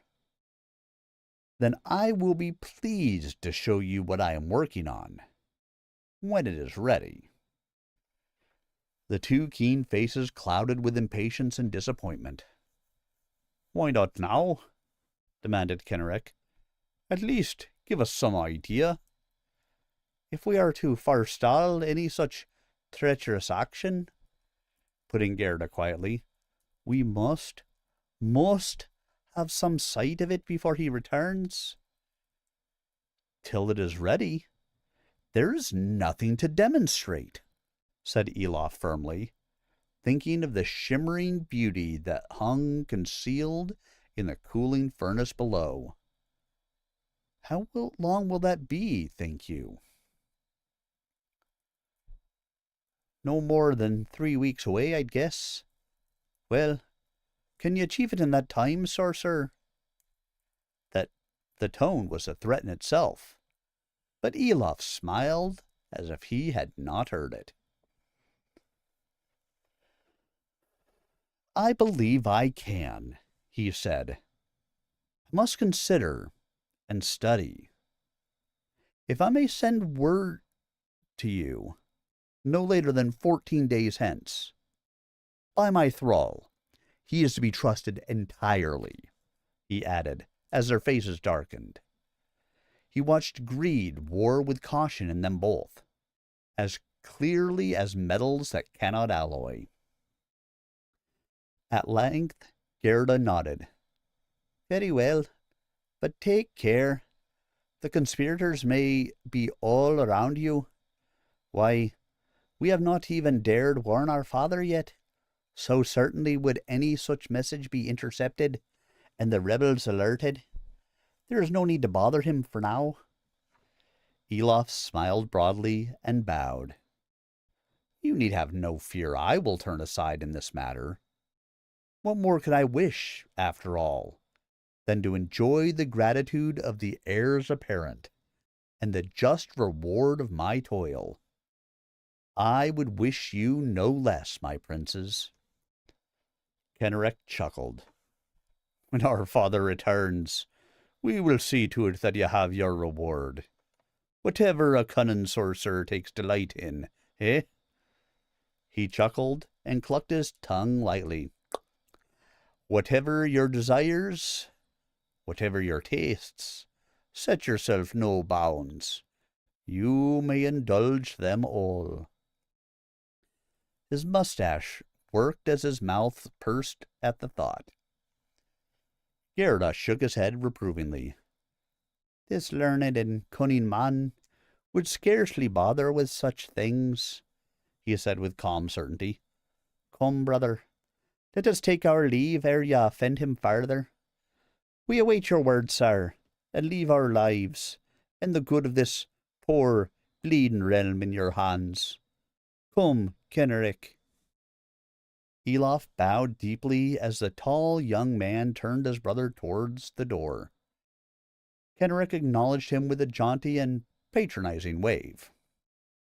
But Gerda studied him a moment out of his narrowed eyes, and then inclined his own head slightly. Elof watched them step through the door and out onto the hill, and was about to sink down in his seat when Gerda plunged back inside and strode over to him. My gloves, he remarked, somewhat loudly. I must have laid them down somewhere. Ah, there. They lay on the bench beside Elof. As Gerda bent over to pick them up, he paused and murmured, Hearken to me, wise man. You heard my brother prattle. You will have formed your own view of his discretion. He is scarcely to be trusted. I counsel you, when you send that word, do you send it to me alone? Kenrick poked his head around the door. What keeps you, brother? I had left my gloves. Now I was remarking that I wish to command an armour also, when times are more settled. No, sir sorcerer, laughed the younger brother. Do you shape me one first, for he hardly cares to bestride a horse this one, let alone fight with his own two hands. He'd sooner crouch over the coals and plot. Gerda ushered him firmly out, and Elof slumped down and rested his head in his hands. When Rock reappeared, having seen their boat safely away, he looked up at him. Pour me a stoup of wine, will you? A foul flavor needs rinsing from my mouth. He tossed back the cup at a gulp. Rock refilled it, and Elof nodded his thanks. When I think how the king has doted on these two young vipers, how that old brute has driven himself half into his grave these past years, killing himself with the effort to leave them a kingdom secure, united, and at peace? Elof shook his head furiously. I could almost find it in me to pity the man. As he raised his seed, so he must reap it, said Rock censoriously. It might be a hard and scarring thing to be raised by such a man. I'll wager his devotion could make twice a tyrant of him, and crush those it fell on. Elof nodded. Crushed they are, out of their natural shape. You don't know the half of it, grunted Rock. That little swine Kenrick. As we're turning down to the boat, he makes as if to toss me a coin, and stands fumbling in his purse. Well, I'm playing the daft mechanical, so I stand and wait, And damned if he don't whisper to me that I'm to warn you his brother will betray and cheat you as he's cheating him. And you're to send the word to him alone, or failing that I'm to bring it to him anyhow, and he gives me a gold piece, no less, as an earnest. Rock tossed it on the table. Another of yours, damn it! They laughed, but Elof swiftly grew serious. I wonder if Kenrick is quite the fool his brother thinks him. Gerda did not think to bribe you, which might have been the surer way of getting the message, had you been the usual thrall. Though he did contrive to assure me he would still have a use for me afterwards, with the mention of armor. Rock poured more wine. There's not a hand's breadth between them. Hella have the pair of them for me. He looked anxiously at Elof. Not really gonna aid them, are you? Not even for revenge on Nethade?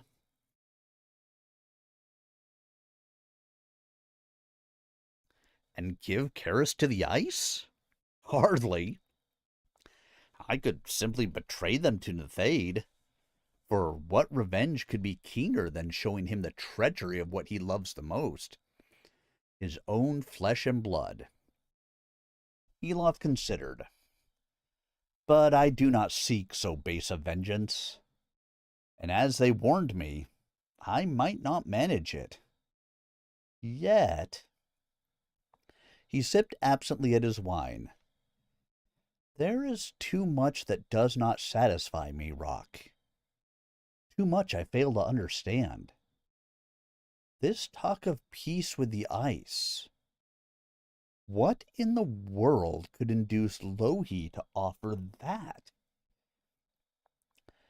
Maybe the hiding Karis has given her. You suggested that once. Made her think she'd be better off turning her powers elsewhere. Against Morvenhall, maybe as we feared. It might be, and yet I cannot believe it.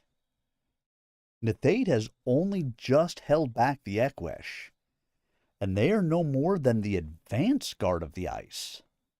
There is none of that unity of heart and mind here that the ice seems to fear, as witness those two.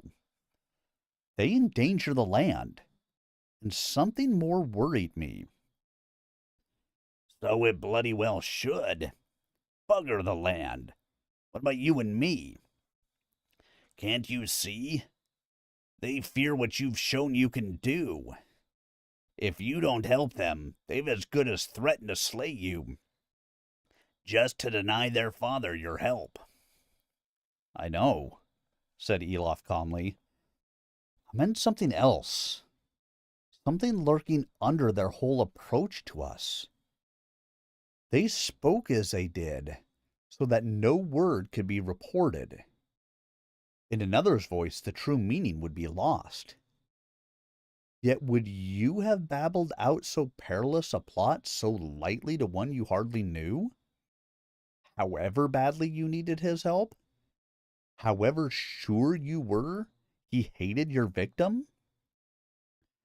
They seemed in such haste, too hasty to make caution worthwhile for them.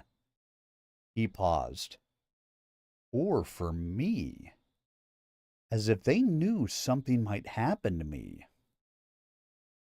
Or they planned it to, muttered Rock. The treacherous little swine's heads. Then he brightened again. But you must still be all right for those 2 weeks, or they wouldn't have swallowed the weight. And after that... After that, we'll see. I will deal with them another way. But we must hasten our plans, Rock. At least I've one time to work without interruption, still. But in that, as before, he was mistaken. The days that followed were a time of unrelenting toil.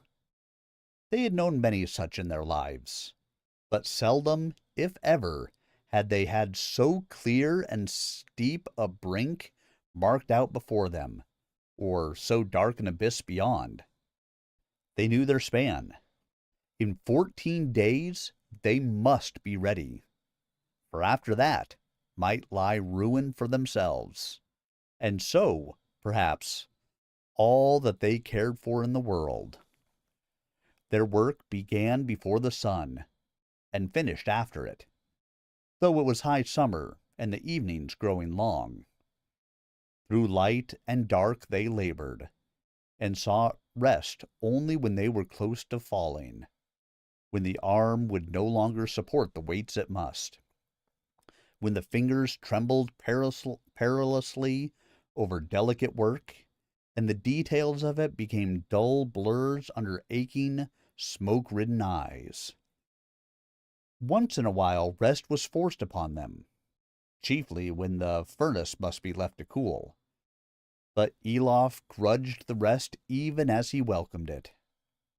For him, sleep became a monster that drew him down unwilling into shadowy deeps, into nightmare and turmoil that left him feeling almost worse when he awakened. Rock slept better, but all his food smacked of little save smoke and soot. Late one evening, that of the 12th day since the coming of the princes, such an enforced rest found Elof slumped upon the hearth-side seat where his aching limbs and shoulders could draw in the milder warmth gratefully, taking bread and drink he could hardly taste. His eyes burned from the endless intricacies of his task. The urge to haste burned in his veins, and with it the fear that all might come to a crux too soon. He felt a fierce restlessness, and the need to distract his racing mind. It was a jeweler's craft he exercised here, yet the power in it was vast, and must be tightly secured, firmly controlled, lest the work shatter under its own stress. So also it was with him. Rock was throwing open doors and windows to clear the manifold smells and smokes of the labors, and let the scent of the myrtle bushes nearby drift in on the warm airs, alive with the creaking of the cicadas.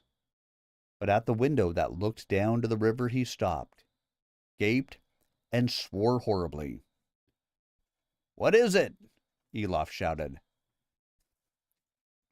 "There's a bloody boat down there, beached and all, sail furled, and a couple of sailors dozing in her lee. Someone sneaked ashore." "But who? Is it the royal barge?" "No, half the size, but it looks rich enough." Elof swung round on his crutches, but even as he did so he saw the shadow that crossed the doorway.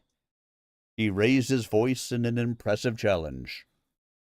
"Who comes unheralded to the Sorcerer's Isle?" The voice that answered him was a woman's, hard and clear and proud. "No herald needs the Princess Bethel to any servant of the king, her father."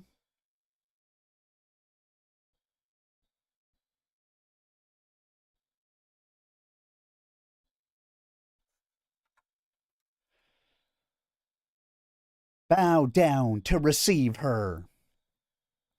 Through the doorway stepped two tall and haughty women, angular in rich-hued gowns of court, and stood flanking the entrance, their eyes flickering nervously about the strangeness of the forge.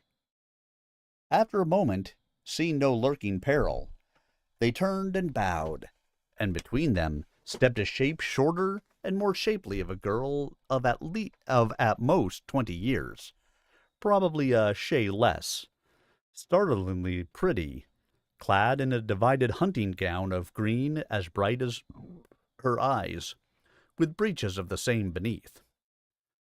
She hesitated only a moment before she saw Elof, standing stunned behind a great anvil, and advanced to meet him.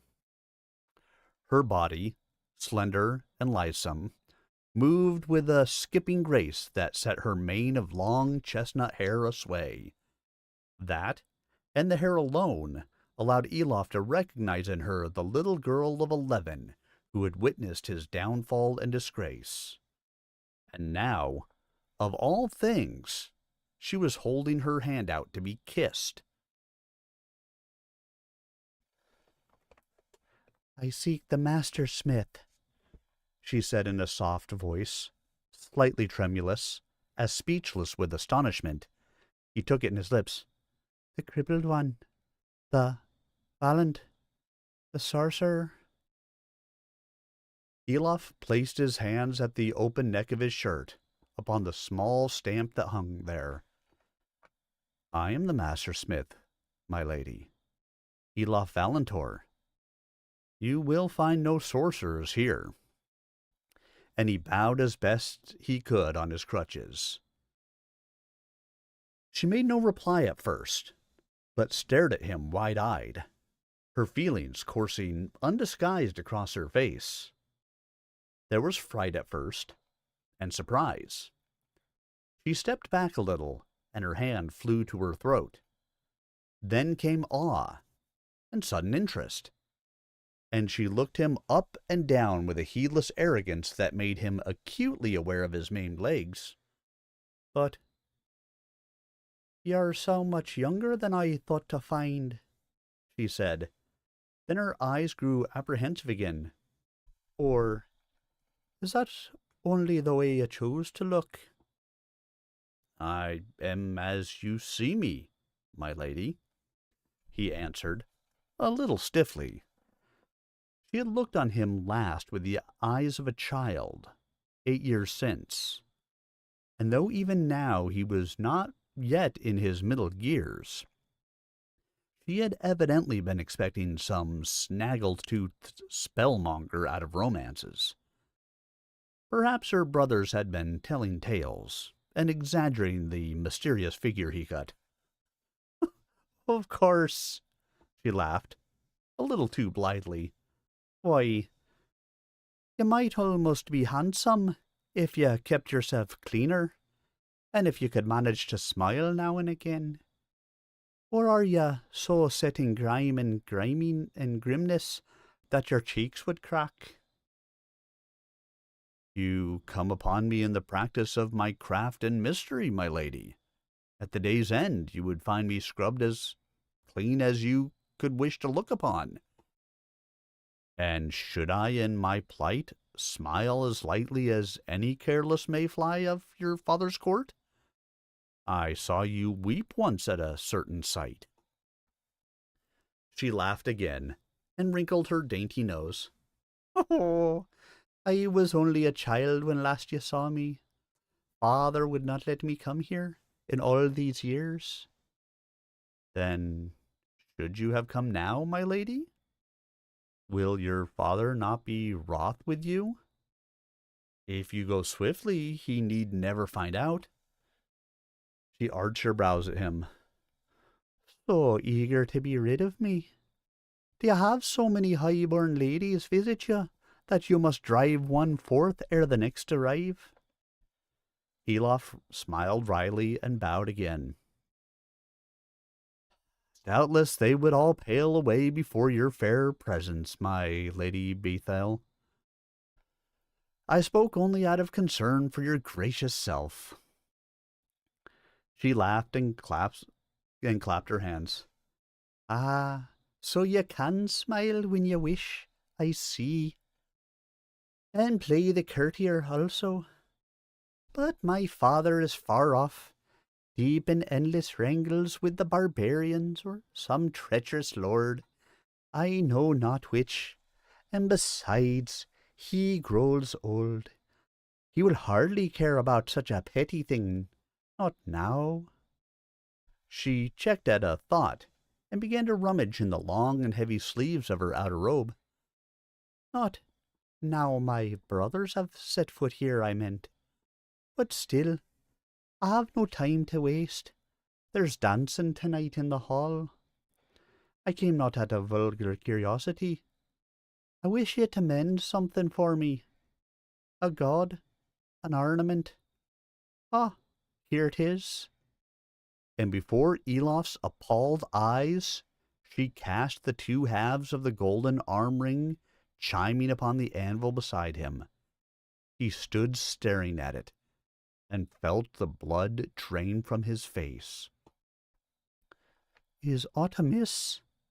He heard her ask, sudden concern in her tone. But her voice reached him as from some infinite distance. Are you unwell? Or can it not be mended? Has it been resoldered too often? Speak freely, ye need not fear my displeasure. It is the least of my things, but I have had it since I was a child, and am grown fond of it. Only it is forever breaking, and my ladies insist I cannot wear a broken thing now I am no longer a child, and that I must give it up or have it made whole. Only, she added a little wistfully, there is no goldsmith in the city who has ever been able to heal it neatly or lastingly, not without melting it down altogether, and I fear they would spoil it then. Elof drew breath and recovered his calm. He guessed there was more, that word had indeed got round of the prince's exploit. Probably Kenrick had been boasting of it, though hardly of his true reasons, save to a select few. Almost certainly she was not among those, but she had been delighted at having such an excuse for a slightly daring exploit of her own, of being able to boast that she too had bearded the mysterious sorcerer in his den, all the more because her father would not approve. It can be remade well enough here, he told her, caressing the pieces with his fingertips, feeling the ridges of solder built up about the broken surfaces. He would gain little from lying about that. She would only take the pieces away to cherish. And so it should be. But, my lady, do you know what you have brought me? He chose his words carefully. This God was made by me, and taken from me against my will, and the loss of it all but broke my heart. It was a first gift from me to my wife, who was lost to me. Oh, breathed the young woman, and laid a light finger on one of the serpentine pieces, so that it rocked back and forth. How sad that she is lost, sorcerer. But my father would have found you another if you had asked him. A very fair one, even though you're not a whole man. I have never wished another, answered Elof as calmly as he could, still holding back from open appeal. Bethale looked at him more closely, and her green cat eyes grew softer. That is sweet. You must have loved her very much. Make me the ring again, Valant, and maybe you will find another to love. Elof grew desperate, and clenched his hand on the anvil's rim. Princess, I ask it of you. I beg you, do not keep it from me. If I could, I would throw myself at your feet for it. Give it me, and I will shape you such jewels as never blazed about the body of any princess on this earth. I will draw down the light of moon and stars and girdle you with them. I will crown you with the rays of the sun. I will make you a vision among the powers. But do not keep it from me. She was all astonished attention now, biting at her neat forefinger with unconscious childishness. Could you do that indeed? She whispered. How soon? Would it take long? It could not be hurried, my lady, admitted Elof. A year, perhaps, if my labors are as light as now. A brief time for such an end. My lady, give it to me. Sadly, regretfully, she shook her head. Alas, she said softly, it may not be. I would have you work your wonders, but soon. She checked herself once more.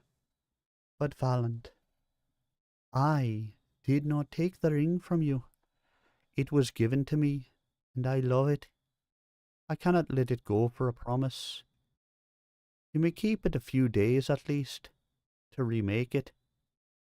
Do that, and make me these jewels you promise, and then, maybe, I'll let you ask it of me again, and I shall take good care of it in the meantime. Never fear. My lady, cried Elof in anguish, do not sport with love, as you hope for love yourself. Her neat mouth pursed, and she stamped hard on the earthen floor.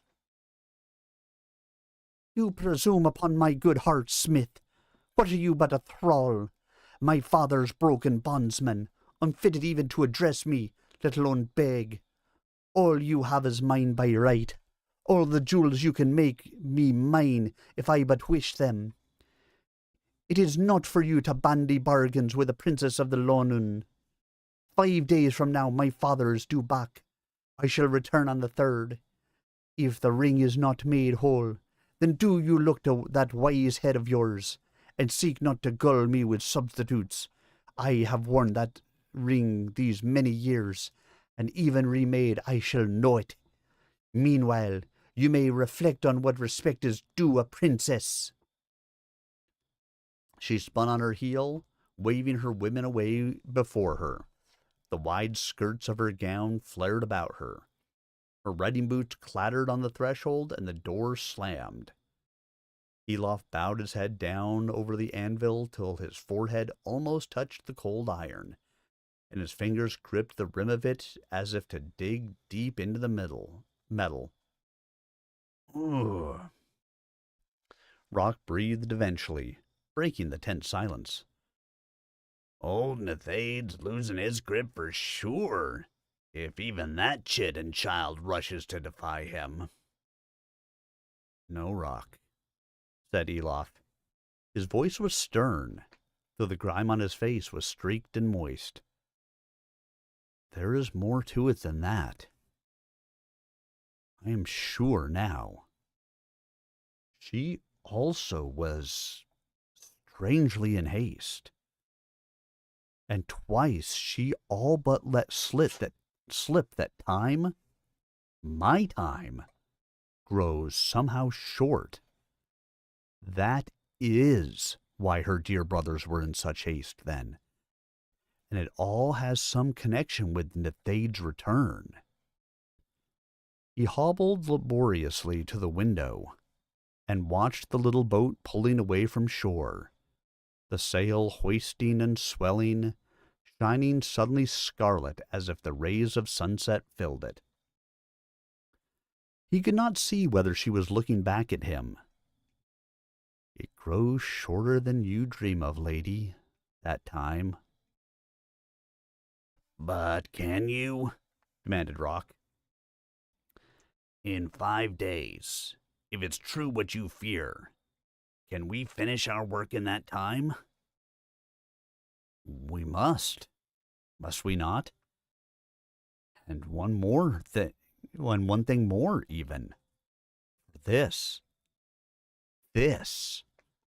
He caught up the halves of the ring, clutched them to him, and held them to his lips, his eyes, his breast. Whatever may befall, this shall be made anew. What means Elof used are not recorded. Most probably, he encased the two pieces together in the finest clay or sand, as the ring was first molded, and fired it with long and delicate care as it first was, in the upsurge of earth fires. He would have sung the same soft songs over the chrysalis within, which the sundered gold sweated, shivered, and at last grew liquid. As it seethed and flowed in currents of convected heat, pent within the shell of its own shape. But within that shell there would be nowhere it might flow, save into itself, uniting, mingling. Within that shell the process of change was brought to its absolute, only to be turned back upon itself. A dissolution so total it restored form, a turmoil so fierce it imposed unity, a storm that served only to create a greater calm. However this may be, there is no doubt that Elof succeeded, for as he gazed upon the ring remade, it is set down that he wished aloud he could do as much for himself. Melt myself down in my own furnace, mold myself anew, mended and whole, and in doing it I might even skim away the clinging dross of all my past, all my follies and my cruelties, all the wrongs I have done, all the wrongs done to me. I might forget them altogether. I could just escape then, and have done with it, this damnable hunger for revenge. I grow to hate it, Rock. Hate what I must do to glut it. It is a master almost crueler than Nethade. I hate to deal in this way, even with such as they. What's this, then, from you of all folk? Mercy? Compassion? Rock looked around from the bag he was packing, and his voice grew edged and bitter. It's never yet held you back from what you thought needed doing. Didn't stay you with poor old Inger, did it? Or Corentin? Or Kara? Why then now, with these creatures that are 100 times the worse? Elof writhed beneath the sting of the words, but he made neither protest nor denial, for they both knew too well there was none. You've never scrupled to mess with your friends. Why balk at your foes? Regret's cheap when it comes too late, my lad. What you've planned now, you must do, or all's to rack and ruin. More, maybe, than you know. You'll not make yourself a better man by turning stupid. No, muttered Elof, still burnishing at the gold, though it shone bright as it ever had in the midday sunlight. But it may yet make myself worse. Enough. High time you were on your way. The guard boat is waiting. And take care. Rock nodded curtly and turned to the door. I'll do my part, never fear. Only do you yours. The door closed behind him. Regretfully, Elof wrapped the bright, fair thing in a square of dark velvet and laid it aside on one of the benches beneath the window. He leaned there for a moment, resting his weary shoulders, and watched the guard boat with Rock on board pull away across the great smooth flood of the sunlit Yskenis. It was the last piece he could move, in a play that stood either to lure his foes into the check he had laid with such care, or to rebound upon him so utterly as to sweep him from the board. And Rock with him, perhaps, and many more. Had he been overbold? Too late if he had. He should be thinking of his work. They had loaded the furnace earlier. High time he shut it down. He limped over to it and began to spin the wheel back. Beneath him he felt the door grind across, though it seemed to be growing harder than usual to move. When it was 3/4 closed, it began to stick. He cursed, tugged at the wheel, wound it back, then sharp forward. It turned a little further, then stuck. Alarmed, he had to jerk it again and again, throwing all his weight upon the wheel till it seemed to clear the obstruction. At last it slid a little way smoothly, then a sharp clang told him the door was shut. He cranked the air vents open wider, knocked free the bolts on the outer door, and heaved it up, ducking back to let the gush of searing air disperse. Then it was only a matter of more waiting, until the stalks had spread their leaves wide enough to show him it was safe to enter. Waiting, and he could not even pace up and down. With rags wrapped around hands and feet, he swung himself down onto the stairs and shone his lamp into the mephitic gloom, coughing as the fumes caught his throat. The floor seemed different somehow. Its slope changed and less regular. He limped down the steps, though the rags were charring, and saw that at the rear by the door's foot the floor was no longer a smooth incline, but had across its center an irregular tongue of smoking slag. Small wonder he had had to fight that door shut. Whatever the reason, the earth fires were certainly growing fiercer. Now, from out of whatever vein lay open behind that door, they had come boiling up into the furnace itself. The sight filled him with horror. His labor, his creation, his last gate to freedom, all depended on the furnace. His very life, even if his play went as he planned, it was no longer safe to use. Yet, safe or not, he must open it again, if he still could, and risk unleashing what dire consequences he might. Suddenly, he became aware of the smoke arising around him. His rags were smoldering, and one trailing strip burst into a little yellow flame, easily stamped out, only he couldn't. He cursed and swung himself up the stairs, but that took time, and the rags were well alight as he emerged. He had the sense to smother them in sand first, rather than pour water over them, which would have carried the heat through too swiftly. Angrily, he peeled off the scorched cloths and slumped down with his back to an open window. He must think, and fast. On reflection, he decided, it could have been worse. It must have taken time to rise, that flood. It could only have happened moments before he shut the door. So it would again, most probably. He should be able to work in short bursts, ever watchful for what might be rising beneath. It would slow him, perhaps too much, yet there was no help for that. He would have to work all the faster now. Thoughts of what that would mean, problems present and foreseen, whirled and tangled in his mind. And though the forge and its engines stood quiet now, the creak and tick of contracting metal, the wind in the air vents, and the flow of water in the troughs were so loud that he did not hear the hull that ground onto the beach, the footsteps on the grassy slope, till they touched the very sill of the open door.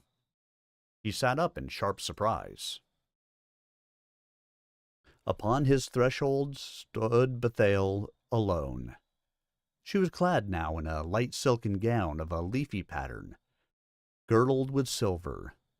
The low sun behind it made a willowy silhouette of her body. She seemed tentative, almost shy in her manner, but she stiffened as she saw him. He bowed to her from where he sat. "Good evening to you, lady. I expected you tomorrow. You return earlier than you said." A haughty smile quirked her lips. "Why should I not? It is up to me. You've had ample time in any case. Well, is it done?" Elof bent to gather up his crutches and did not reply. Well, she shrilled and stamped her foot. Have you mended it as I bade? Then the arm ring caught her eye, gleaming on the velvet like the sun over storm cloud. Oh, she said flatly. You have? She sniffed contemptuously. I see you know how to obey your betters after all, like a good thrall. To Elof's acute ear, the tinge in her voice was almost clear enough to be called disappointment. She stalked over to the ring and was about to take it when Elof's hard hand closed over the shining gold. Lady, he said quietly, I have made that fair thing whole again, but I never said it was for you. How dare you? She squealed and stamped again.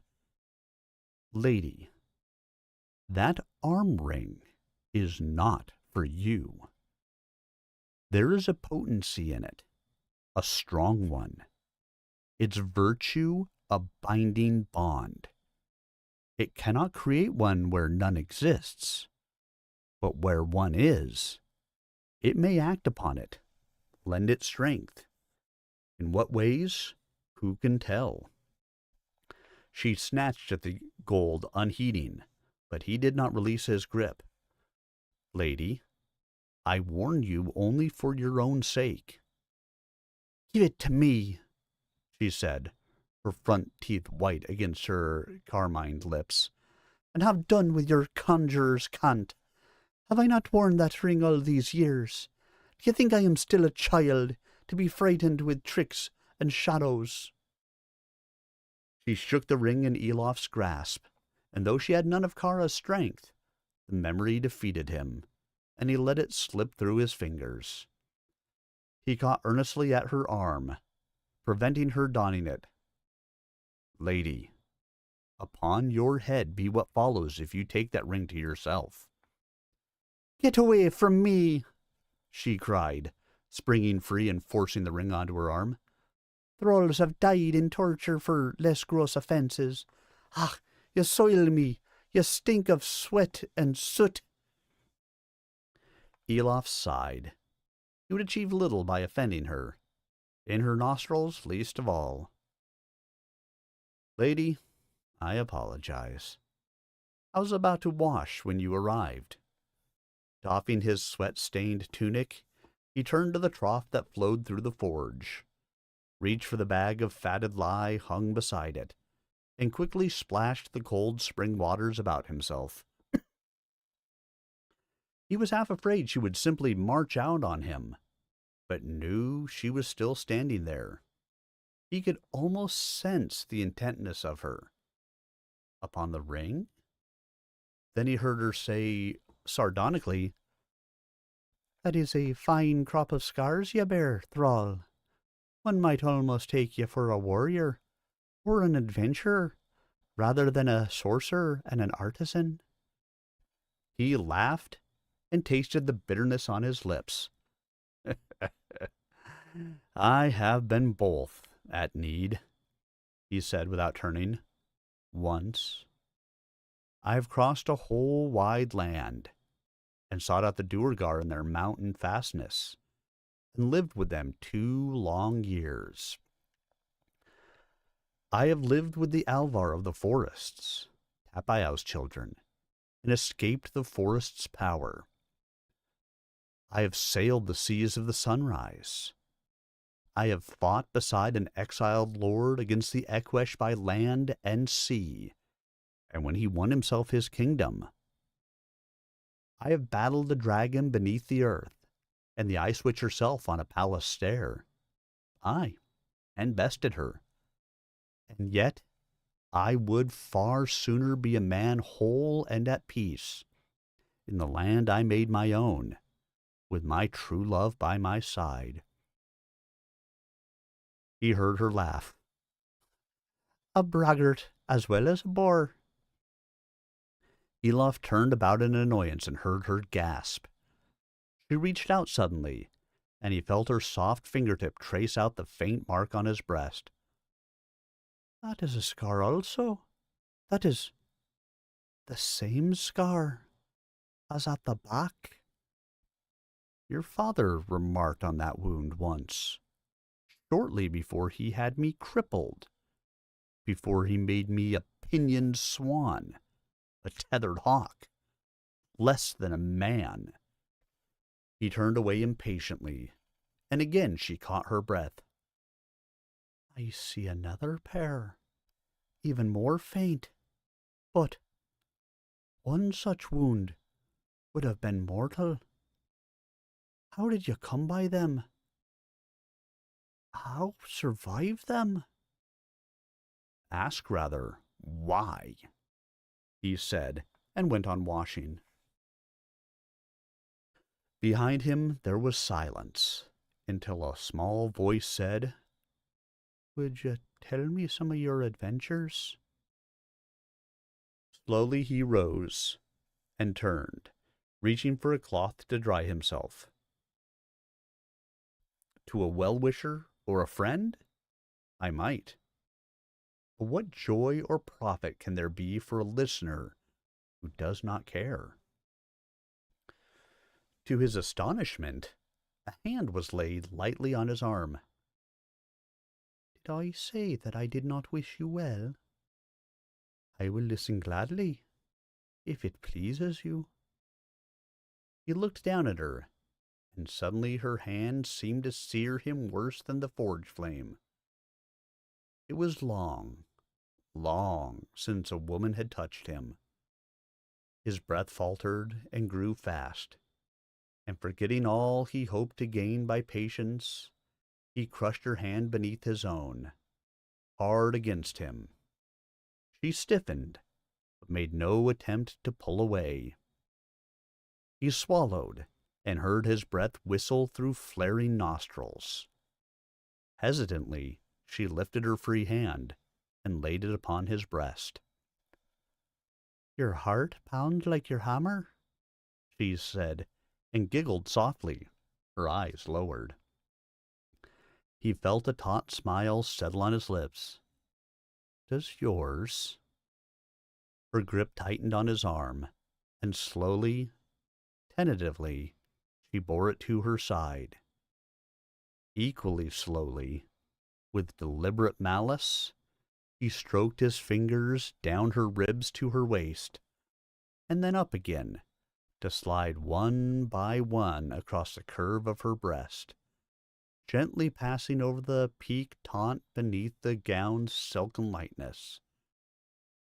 He bent to whisper in her ear, It does, and stayed to kiss the lobe of it, the neck beneath, the satin cheek, and so, at last, her parted lips. She met the kiss fervently at first, a little clumsily. Then suddenly she squirmed, wrenched free, gasping. How dare you? She squealed. What are you? What have you done? What have you done to me? What spell have you? Elof shook his head. I have cast no spell upon you, lady, but you took one upon yourself. Will you be able to shed it so easily? It has power. Yet remember, there is none in it to create what is not already there. No, she shrieked, and plucked the ring violently from her arm. It tangled in her gown a moment, fell, and rolled against some sacking. But then she let out a despairing wail, hugged herself tight, and burst into hysterical sobbing. Elof reached out to her, cupped her face in his strong hands, and she did not resist. His thumbs wiped the tears from her cheeks and tilted her head back to meet his gaze. Her eyes looked into his, and now his hands plowed among her crisp hair, stroking her neck from behind her ears to the neck of her gown, tracing its edge around to the front. Her eyelids fluttered and her head relaxed, lulled back, as the topmost fastening parted under his deft fingers, and they met and caressed in the hollow of her throat. She clutched at his shoulder to steady herself as they swept back, parting another fastening, and so on down till they curved around her neat, small breasts and laid them bare. He clutched her close then, and kissed her breast to breast, and she did not pull away, but drank at him as if he were a spring. He felt her heart flutter, and a flutter of a different pace below her ribs, down the whole front of her body, as though it were a bird imprisoned behind those bars and beating to be free. Slowly, carefully, as her gown fell open and apart, his fingers tracked it about her and down to its source, tracing it tangled amid damp curls. Gown and girdle slid unheeded to the silver sand. Her forehead lay on his shoulder. Her shifting thighs imprisoned his fingers as they explored, and she clutched at him in her turn, tugging at his belt, pulling at his breeches. A wave of hesitancy welled up in him suddenly. All these long years he had half believed himself become less than a man, maimed in more than limb, and he feared to find it true. But as her long fingers discovered him, probed and plucked at him, spider-light, his fears were fiercely overborne. He managed to croak a word in her ear, and together they swayed and stumbled towards his bed, her fingers playing about him still, her lips smearing his chest with their color like so many fresh wounds. He flung aside his crutches, and they toppled together among the coarse blankets. She raised her head to kiss his lips, his throat, his shoulders and armpits where the crutches galled them. He lifted himself on his arms. His lips touched her breasts and lingered, then swept down, drinking her in, a feaster after famine, till her back arched like a bow, and her fingers wrung in his thick hair. Then, with a single shuddering gasp that two throats shared, they writhed together like serpents and joined. There was no love in that unity save its very intensity, only a community of need drinking from a common source, clambering one upon the other to reach a common peak. So savage was that need that it knew no barrier, no obstacle. Even braced, Elof's legs were almost useless, but by strength of arm alone he bore up the girl like a leaf in a whirlwind. The single fire that burned between their thighs breathed and quickened in that wind, grew hotter, brighter, and at last swelled out in a searing globe to envelop them, the room, the world in a scalding burst of light, in which nothing existed save their shared flesh. Timeless, rigid they hung there, and then it passed, and the world rushed in on them again. They fell sweating among the blankets, their thighs still thrusting convulsively one against another, the spasms of fighters dying upon each other's blades. They gasped for breath, through lips that trembled and would not form words. But as the fires in Elof's heart were slaked, so it fell to embers and ash. A black mood settled upon him, in which all that had passed seemed to him little better than rape, and an ugly parody of what he had felt with Kara. Missing her was an acute ache in his heart. Ithel sensed something amiss, and sought to distract him with mumbled endearments and caresses. She was inexperienced, but not unknowing, and gradually, despite himself, the brush of her breasts against him, the play of her lips, brought a reviving warmth. He stifled his sense of loss beneath cold cynicism, telling himself it scarcely mattered, and he should enjoy himself while he had the chance. He had held back long enough. She giggled again as he caressed her, and she felt him revive. And then with the mischievous flicker in her eye, she laid her head in his lap. Tongue darting, he gasped, laughed, rolled his head, and saw the long shadow that stretched out across the forge, seething, shapeless, demonic.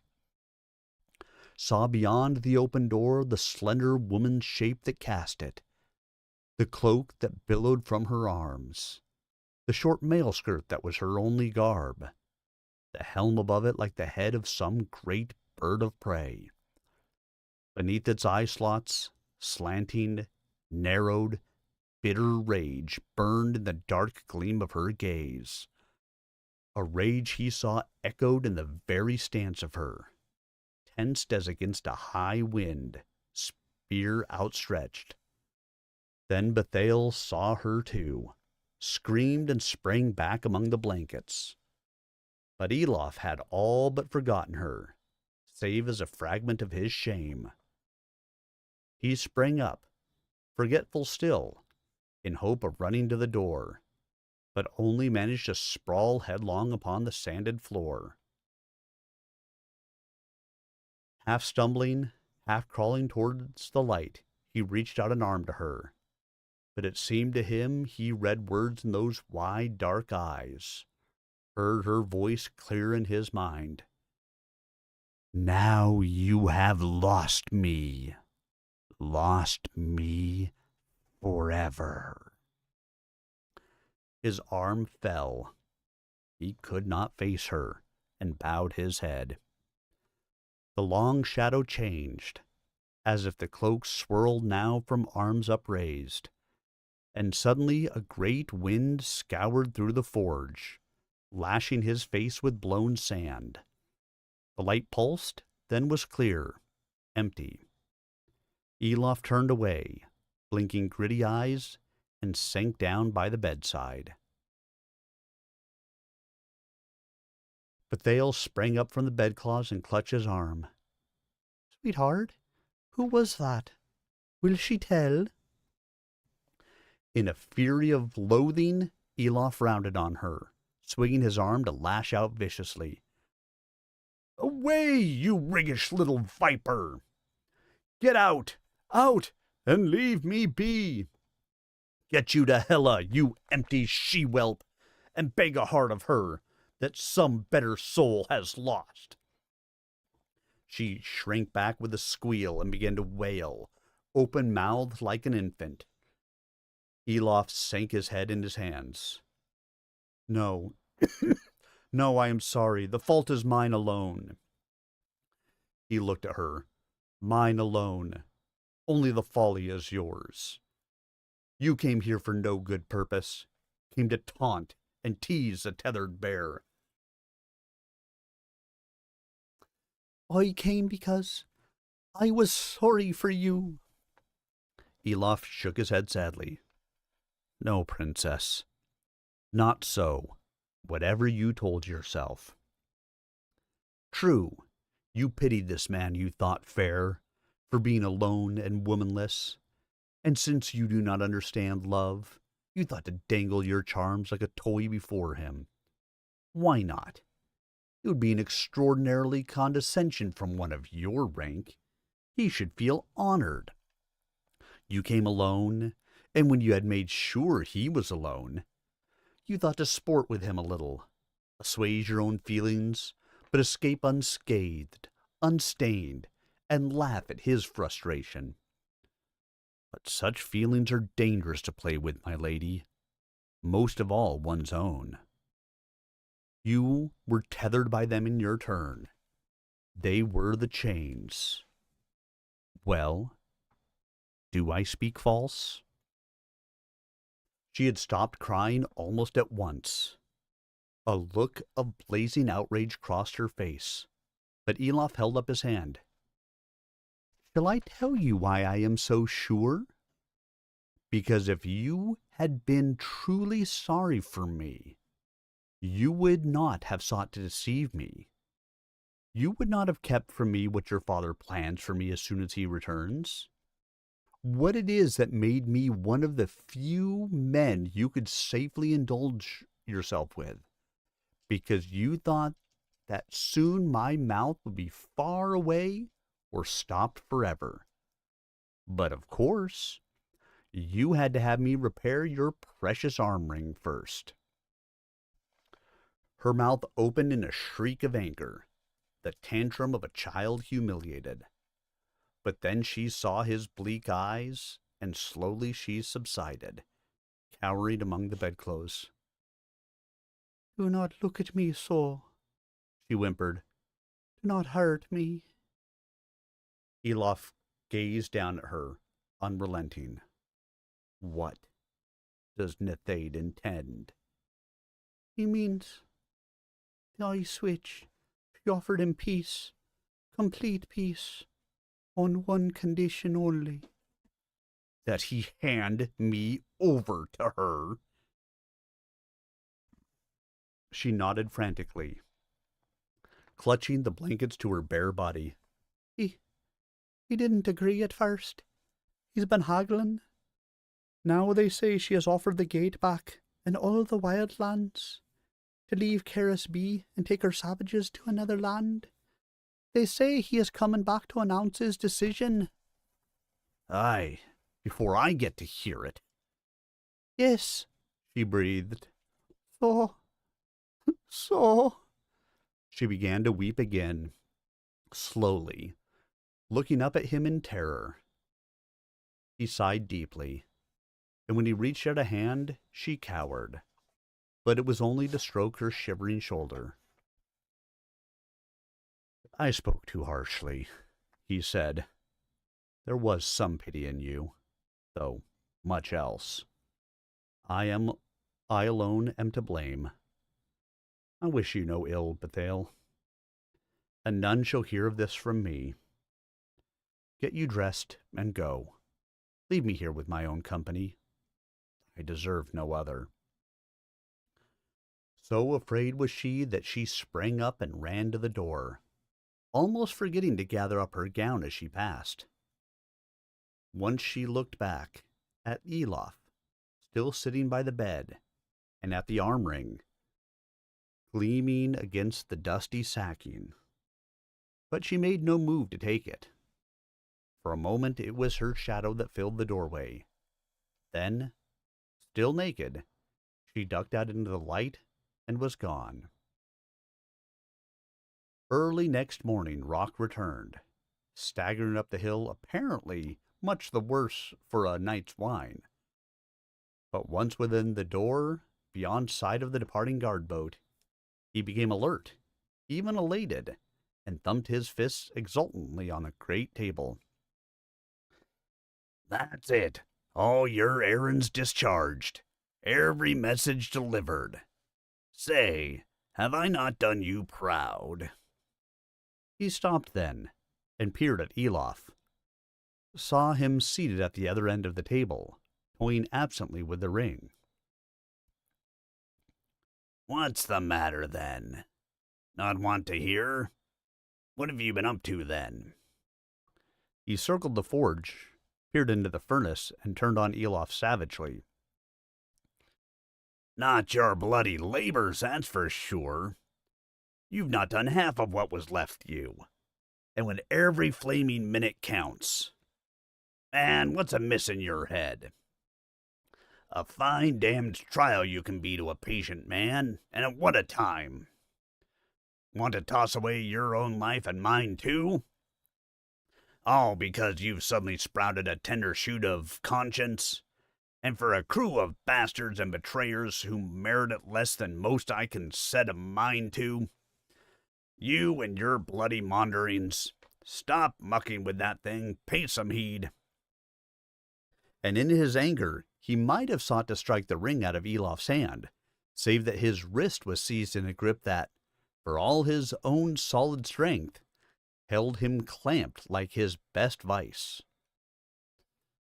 Elof glanced up, and he sounded as grim as he looked. "You mistake me, my friend." He released his grip. "It is not that which concerns me. I have managed some work, and I had a new task to complete. What remains we can finish in time. Just. Thale was here." Rock looked at him sharply, and at the arm ring. Then his eyes widened as they took in the blankets rumpled and stained upon a bed that had manifestly not been slept in. "Oh, ho! Was she now?" he breathed. "And so was Kara." He held up a hand to cut off Rock's exclamations. "Wait. I know now what Nethade's plans. And it is ugly. Whatever else befell, it was a mercy Bethale came when she did. Rock, there is no time left you. None at all. You are sure all is done." "So you do want to hear, then? So be it." It had seemed simply one of his usual errands that took Rock ashore, this time to the palace. He had delivered a minor order for necessaries, and contrived in doing so to exchange words elsewhere. It was with a full purse and a little extra effort that he had managed to entice his guards to come in search of some old friends to drink with, around the harbor quarters. So all was indeed done, and the hook swallowed. "Just as you said, a summons to come to you, alone and utterly in secret, all conditions as you laid them down, and at the hours you said tonight. It wasn't too well received, that. Not with the name this place has got for itself. But then I gave the rest of the message. Then I will show you a secret that shall give you mastery over your brother at a single stroke. Your very words. And didn't that summon up a grin?" He was grinning himself as he described it, but Elof seemed grim and preoccupied, and drew little cheer from the tidings. He nodded wearily, and with an awful tenderness, he wrapped up the arm ring and put it gently aside. "Thank you. You've done well, Rock, as always. Would there were no more, that I could know you at least were safe. But as you say, we must work, and not forget to make ready to receive our visitors as befits them. And you must hear of the new cloud that hangs over us, for you are proven right. Louhi has guessed where I am, and if Kara has not told her already, I fear she may now." That day's labor was the worst they had endured, all the worse for the sense of apprehension that swelled in them both. Like the heavy air before a storm, it hung about them, setting their nerves on edge, distracting their thoughts. 100 times that day they might have exploded into foolish quarrels, save that they could not waste the time. They would look up to dash sweat from weary eyes or free a cramping muscle, and their gaze would meet in a sudden mutual awareness of dread. Only once did Elof break off for what seemed to Rock no good reason, and that was to search out 2 wide silver cups, playthings he had made long since as trial pieces for a gift Nethade wished to bestow. Only at the day's end, though, did Rock find time to ask about them. Elof turned over the wide cups in his hand. "They're not important in themselves, scant art and no virtue. Just a little of Nethade's silver. I mean to show him one small mercy, Rock." Rock stared. "Even after what the girl?" "All the more so, though little he may appreciate it. As I said, I'll not betray those treacherous limbs of his to him. Let him go on thinking them loyal." Rock shrugged. Why bother yourself? He's no fool. He's bound to guess the truth when he starts to think about it. Yes, unless he cannot, unless the shock to him is too great. So, I must see that it is. His voice faded. Rock waited, but when he spoke again, his words were brisk and lively. What's the hour? The last before the middle hour, Rock answered calmly. And there's a small boat tacking in towards the west beach. They gather, Elof. Do you cool your head, and your heart'll harden once more. 2 weeks had passed since the coming of the princes to Elan Gorenhayan, and for Elof they had been 2 weeks of remorseless labor, both arduous and minute. Work that might have killed a common thrall outright. To that he had been hardened since his youth. He had made no complaint. But he was heart-weary, and that which he strove to make was not finished. Yet he must now lay all aside, for this was the night he had laid down in Rock's message, the beginning of the hour. It's Kennerek right enough, hissed Rock. A showy sailor he is, but skilled to my eye. And he's taking care to hide the boat, as you asked. Aye, here he comes now. It was not long before the younger prince stood on the threshold, his face so reddened by excitement and the climb that in the forge light he seemed to glow. A dark mantle covered his rich garments, and Elof was sure he detected the line of a mail shirt underneath them. He bowed. Enter, my lord.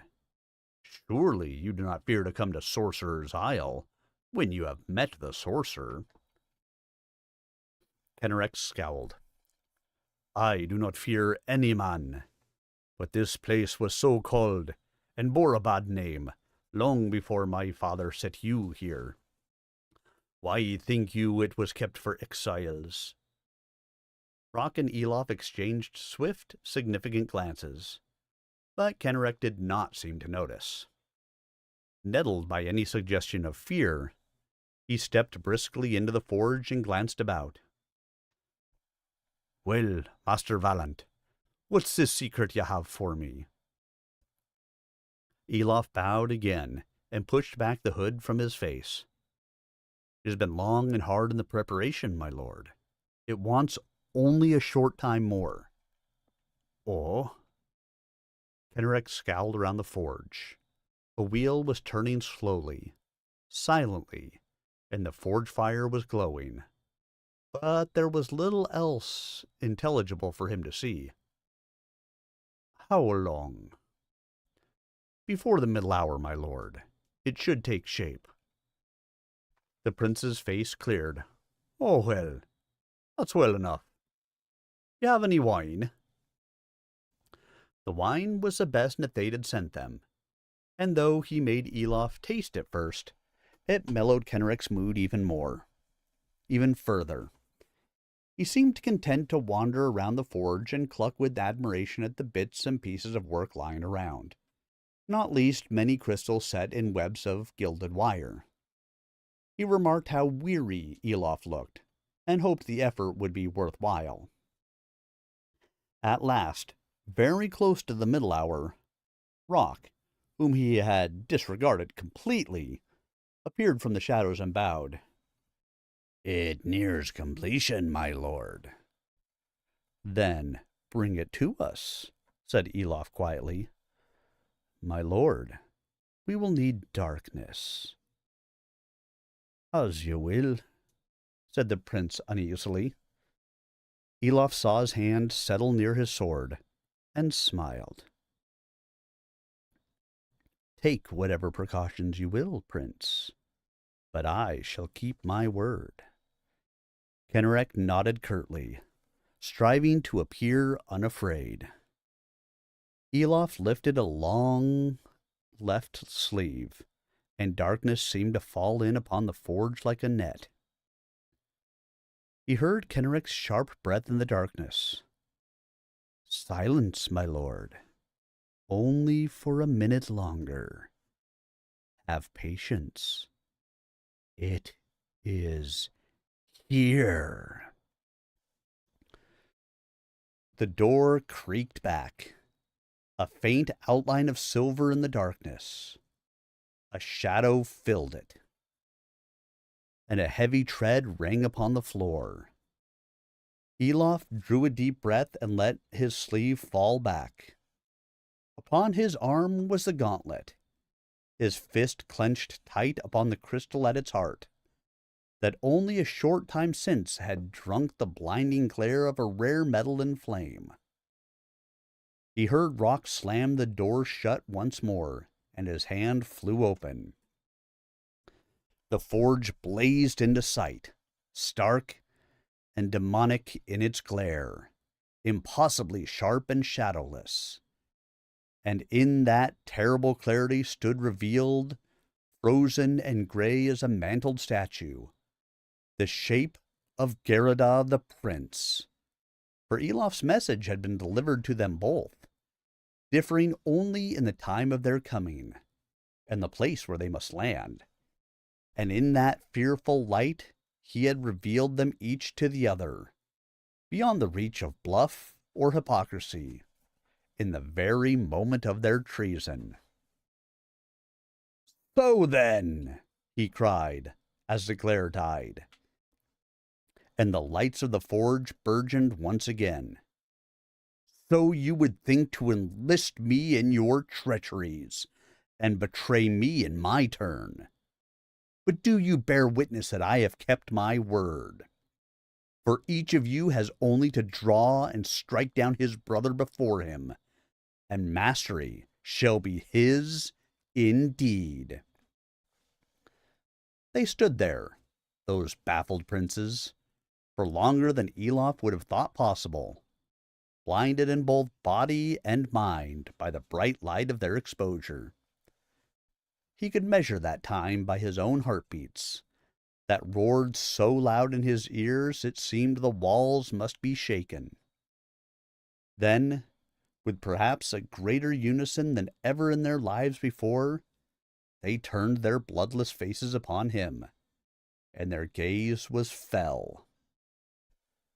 They snatched their swords from their scabbards, though Elof stood unarmed. Kenarek, who was nearest, advanced on him, breathing heavily, with the menacing pad of a cat to its kill. Elof made no move, but held him with his eyes. Gerada circled the benches to get to him, but slowly, content, it seemed, to let his brother strike first. Closer came Kenarek, till Elof could see the quiver of his lower lip and the tears of rage hot in his eyes. Then he swung up his sword and brought it down upon Elof's unguarded head. Like a snake striking, the gauntlet sprang into the way. The blade passed between fingers and thumb and struck the pale jewel in the palm. And there it lodged without even a sound as the fingers clamped tight, for the jewel had drunk the force of the blow. Elof clutched the blade, twisting it, pressing it back with a strength so great that his left arm prevailed over both of Kenarek's. The prince saw what promised. His mouth fell open to shriek, but then Elof unclamped his grip. The blow had not been so hard, for though both princes were polished swordsmen, they had seldom, if ever, had to fight in earnest. But it would have served to split a skull. Now, though, the blade was turned back against its wielder while it was still in his hand, and its force unleashed. Straight through Kenarek's throat it struck, and in a great spray of blood, his head flew from his shoulders and went bouncing away across a bench. His body dropped convulsing to the sanded floor. Gerda sprang back, remembering all too late that he had to deal not with a helpless cripple, but a sorcerer of craft and might. He sought to break for the door, but found himself facing Rock, grim-faced, his heavy longbow drawn to shoulder. He wailed like a beast and raised his sword as if to throw it, then whirled about and hurled himself with desperate frenzy on Elof. Elof seized his sword wrist as he struck, but the impact knocked him off his precarious balance, back against the great anvil. Kenrick's dark-smeared sword lay almost at his feet, but as he sought to stoop for it, Gerda's other hand clamped tight on his. Fighting to stay on his feet, Elof could not bring his greater strength to bear, and so they swayed there, locked together for what seemed an eternity, though Rock had barely time to down his bow and swing a forge spike. Gerda was screaming like a lunatic into Elof's face, spraying him with foam and spittle, snapping at his throat like a wolf, while Elof's back creaked agonizingly under both their weights against the sharp edge of the anvil. It might have gone hard with Elof, unable to use his legs, but Gerda, desperate to escape, suddenly let go of Elof's wrist and twisted to snatch a poniard from his belt. Even that slight relaxation was enough. As he raised the dagger, Elof's powerful fingers clenched in the gaudy slashes of his jerkin and thrust him back, staggering. Then they jerked him forward and to one side. The anvil's edge caught the taller man in the midriff, and he folded over it with an impact that drove the wind from his lungs. Elof stooped with an equally painful gasp, and even as Gerda rolled over, wheezing, to bring his blade across in a slashing cut, Kenrick's sword glittered high against the shadowy roof. So near came Gerda's sword that it slashed Elof's robe across and left a deep scratch over his ribs. Kenrick smashed down upon the anvil with a dreadful clang. It was not a blade of Elof's making. It shivered like glass into flying fragments against the time-tempered iron. But it had done its work.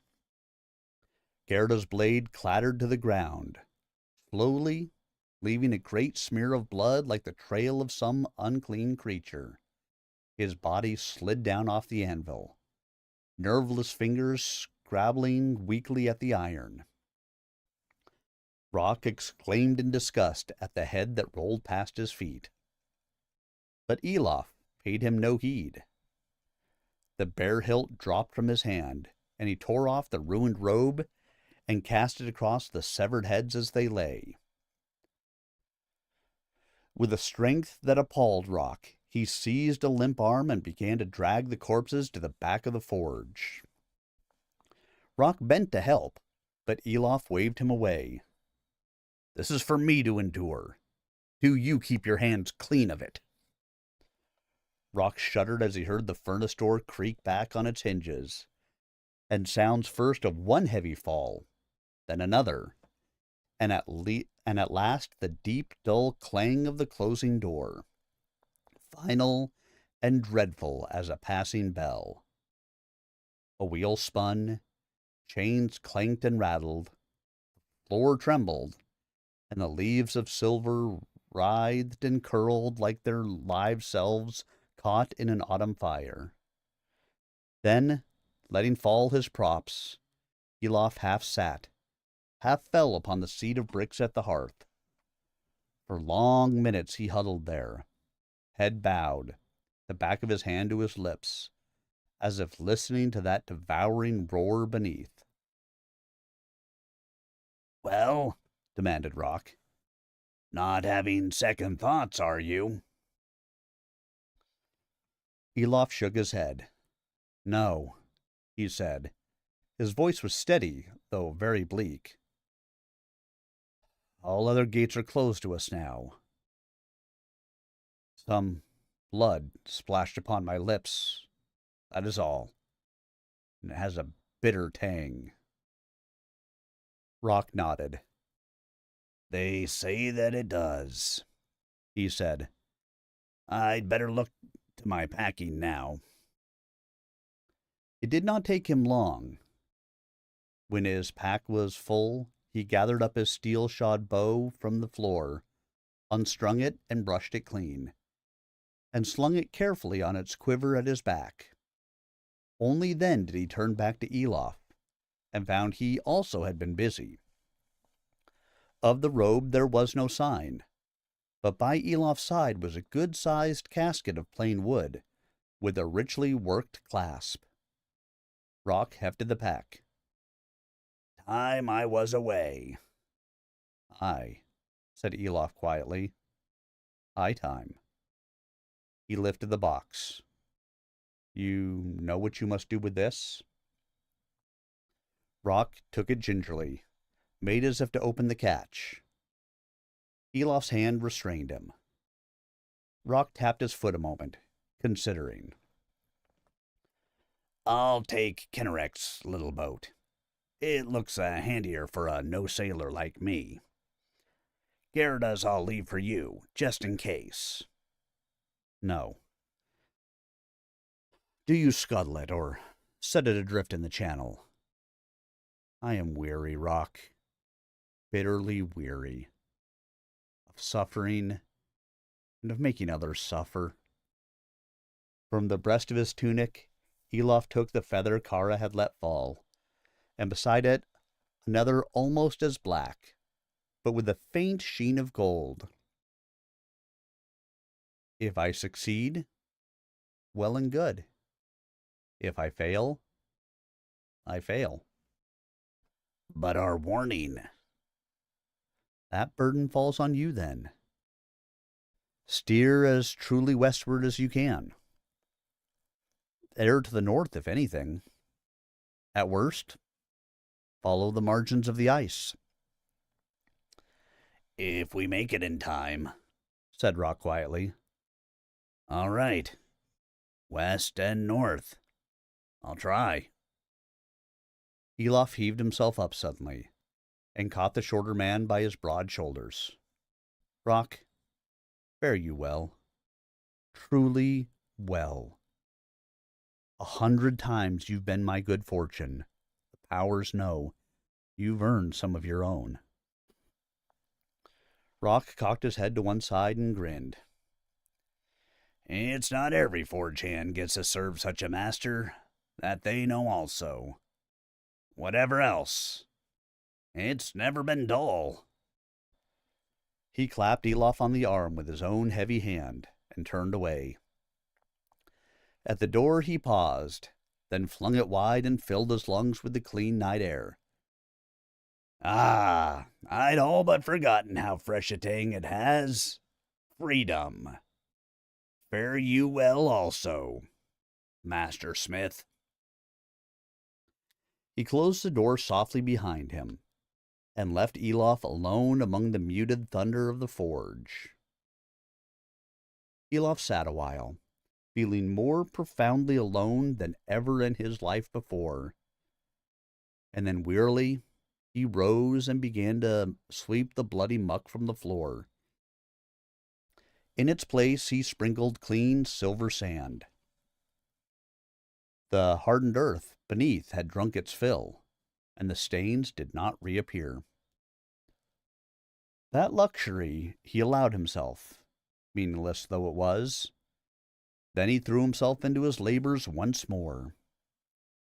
He had lingered long ere he opened the furnace, almost too long.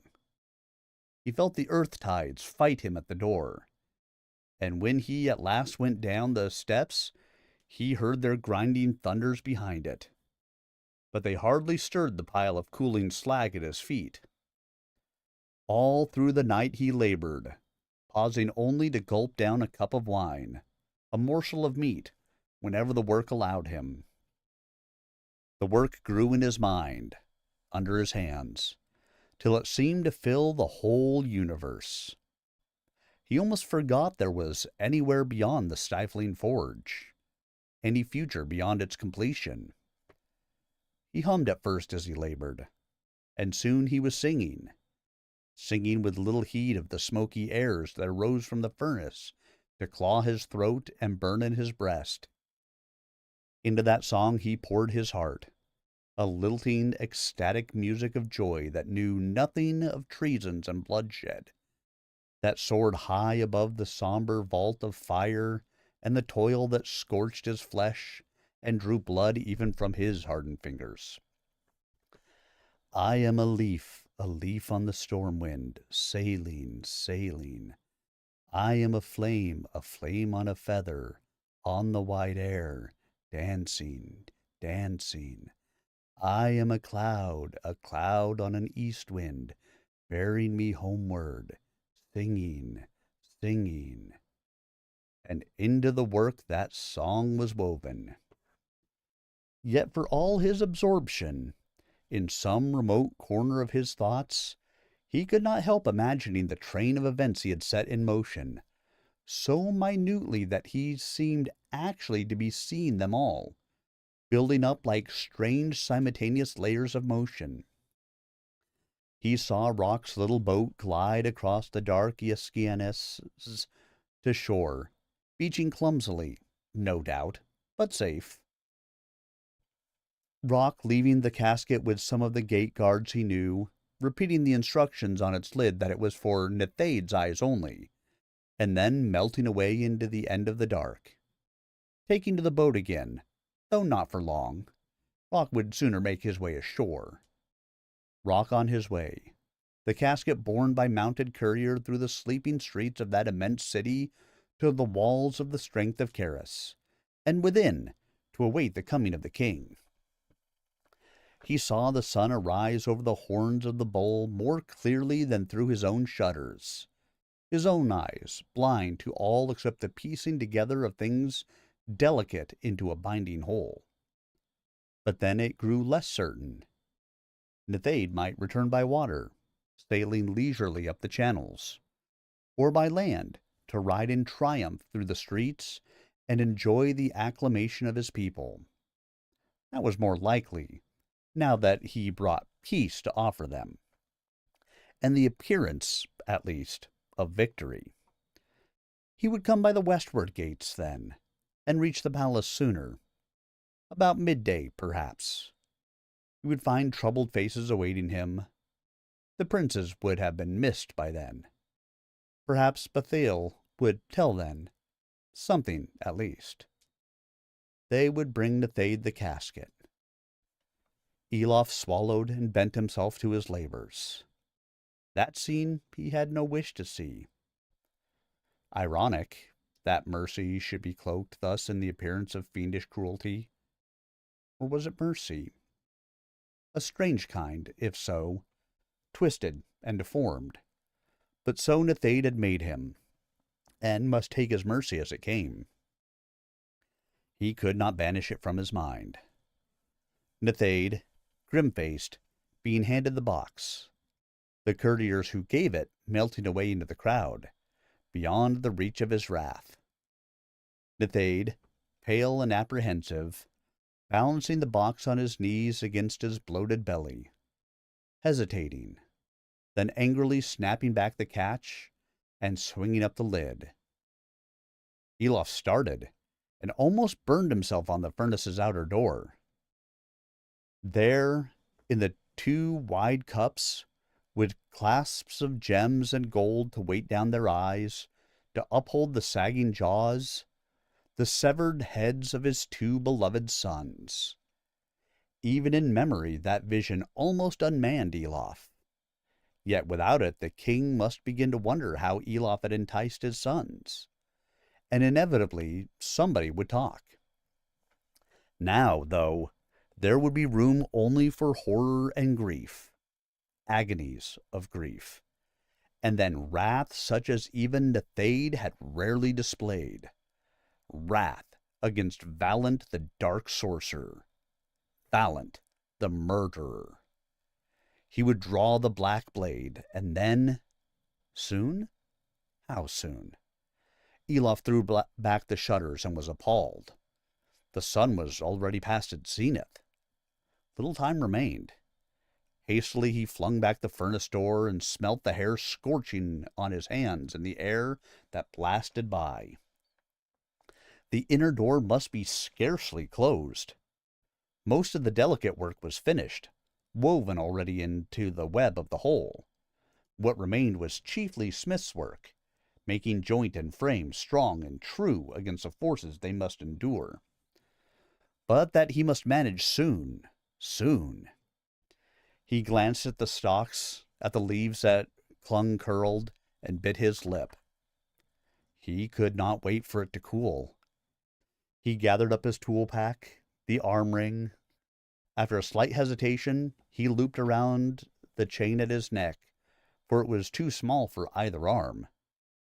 He had not expected to feel anything, yet he was aware of a sudden strengthening, a reinforcement of his will, as if the power he had poured into that gold long ago had returned to him now. Over his left hand he drew the gauntlet, and slowly, carefully, he heaved himself over the hot metal rim and down into the depths of the forge.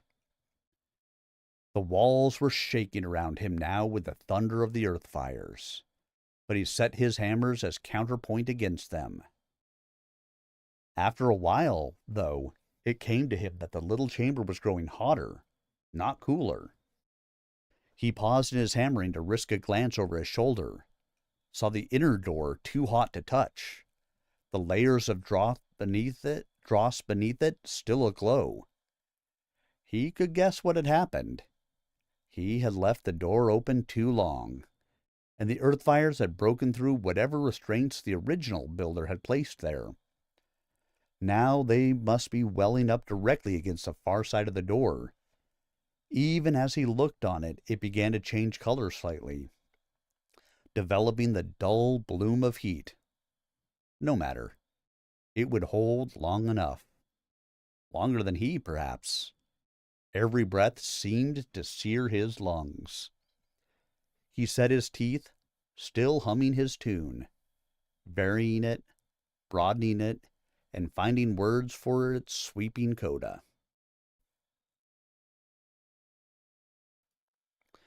Far from here bear me now, off to the smiling land of the spring, where what is lost I regain, and more than I was, I become. He hammered with redoubled urgency, shaping and forming metal uncannily obdurate for all its lightness into the last fine welds of a framework for a light corsetlet of mail. The crashing chime of his blows rang dizzyingly around the stone walls. Would they hear it, out there upon the great river, and look up to see the plumes of smoke, the red glow atop the shadowed crest of Elan Gorenhayen? Would they pull their oars to that frantic hammering time as their king urged them on, threatening, promising, half crazy with his wrath? He could see them as the thought came, the galley leaping through the water, the wavelets hissing and booming beneath its bouncing hull, its bows stirring the shallows, growling hollowly as they clove through the gravelly sand of the beach. Nethade now, leaping the gunwale into the shallows, his warriors at his heels, charging without pause up the slopes of the Sorcerer's Isle. And in that moment, it came to Elof that he was seeing a truth, a vision that was happening. And even as the metal leaped and twisted beneath his hand, he listened for the roar of voices, the thunder of feet on the floor above. It came swiftly. Nethade, for all his years and the bull's armor he bore, must have made an almost unhuman pace up that slope, borne along by the wrath that boiled in his brain. "Valant!" he screamed, while he was yet some distance away.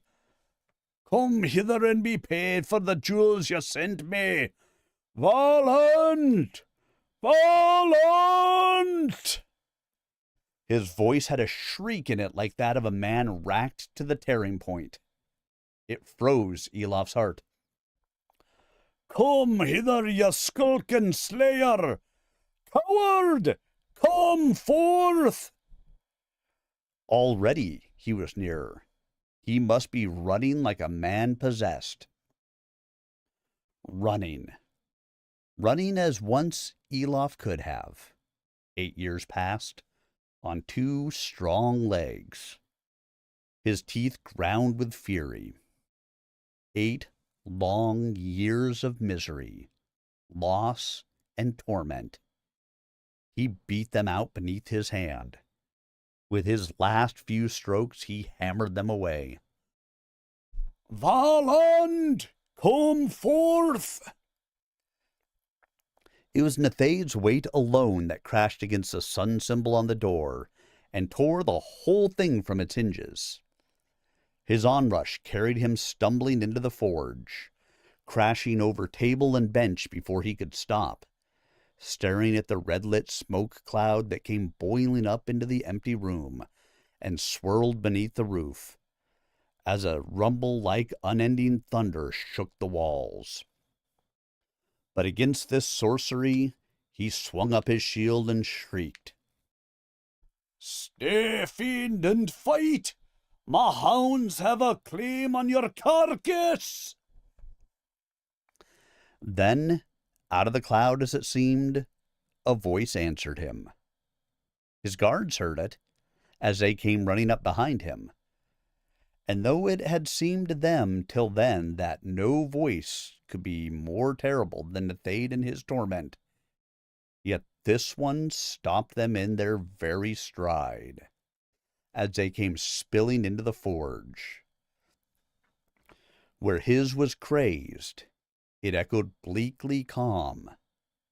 Where his screamed, it spoke in tones elegiac, dark, and measured. But they quailed all alike at the pain it bore, and the judgment it pronounced remorseless, final as a passing bell. "Unworthy borrower of your name, oppressor of the land you rule, king without honor, truth, or shame, the measure of your crime is full." Nethaid beheld, in that last instant, a dark shape rise amid the glowing center of the cloud, shadowy, formless, unlike a man's. Then, with a last deafening roar, the floor before it split with a line of fire and collapsed, caved inward beneath him in a roar of incandescent smoke. Into the gap slid benches and tables, sweeping men with them. The wheels and engines, baked dry by long heat, burst into flames and toppled. The trough split and the water blasted out into scalding steam. Tongues of flame roared against the roof and fired it. Great cracks raced up the walls, and they too sagged and split. Before any in the forge could move, those immense timbers of the roof shook free and dropped like the very props of the sky itself. Then toppled the upper walls, and with a crash and a roar, the whole forge crumbled like a hollow coal and fell inward in a thunderous fountain of smoke and flame. All the soldiers outside sprang back, dragging with them comrades who had leaped free at the last moment, escaping with bruise and burn. But they knew their lord was within, and they did not flee. Not at once, not until one cried and pointed, and they saw the figure that rose out of that incandescent ruin. In man's shape it was, yet more than man. For on immense wings, pinions of shining black shot with gleams of gold, anchored in harness set with glittering crystals. It arose radiant into the rich evening light. Most fled at the very sight of it, but some stayed to cast their spears or shoot, for they were brave men. But from one outstretched arm, sheathed in metal, a spear of fire sprang that blasted the grass before them. Then all who could turned and ran for their ship. But Elof, rejoicing in the surge and power of wings once more, paid them no heed, for he was searching the wreckage, and called aloud the name, Gorthar! A gleam like a night of stars shone out in answer, and a faint, broken hail. Men, looking back, saw him glide down like a gigantic eagle, and they shuddered and ran on. But Elof came low and hovered, and made out amid a great mass of rubble that shimmer of darkness, and not far from it, Nethade's tortured face. One side of it was crushed and eyeless, the heavy locks matted dark with ashes. Yet he lived, and saw, and as the wind of the vast wings blew back the dust around him, his lips moved. Your armor was made well, yet your revenge bitter. Leave my people lordless before the ice. Elof reached down among the rubble and plucked out the black sword, unmarked, unmarred, and the silver of the hilt poured a healing marshland coolness into his hands so sorely burned. No king, he cried, for better or for worse, I go now to bring them a worthier lord. Die in peace. In the ashes there lie with your kin, for them you fought and schemed so long. Now together you all may find rest. Slowly now he arose, higher and higher into the sky, and as he gained full mastery of the great work he had labored on so long, he turned as a bird turns, and flew off westwards towards the setting of the sun.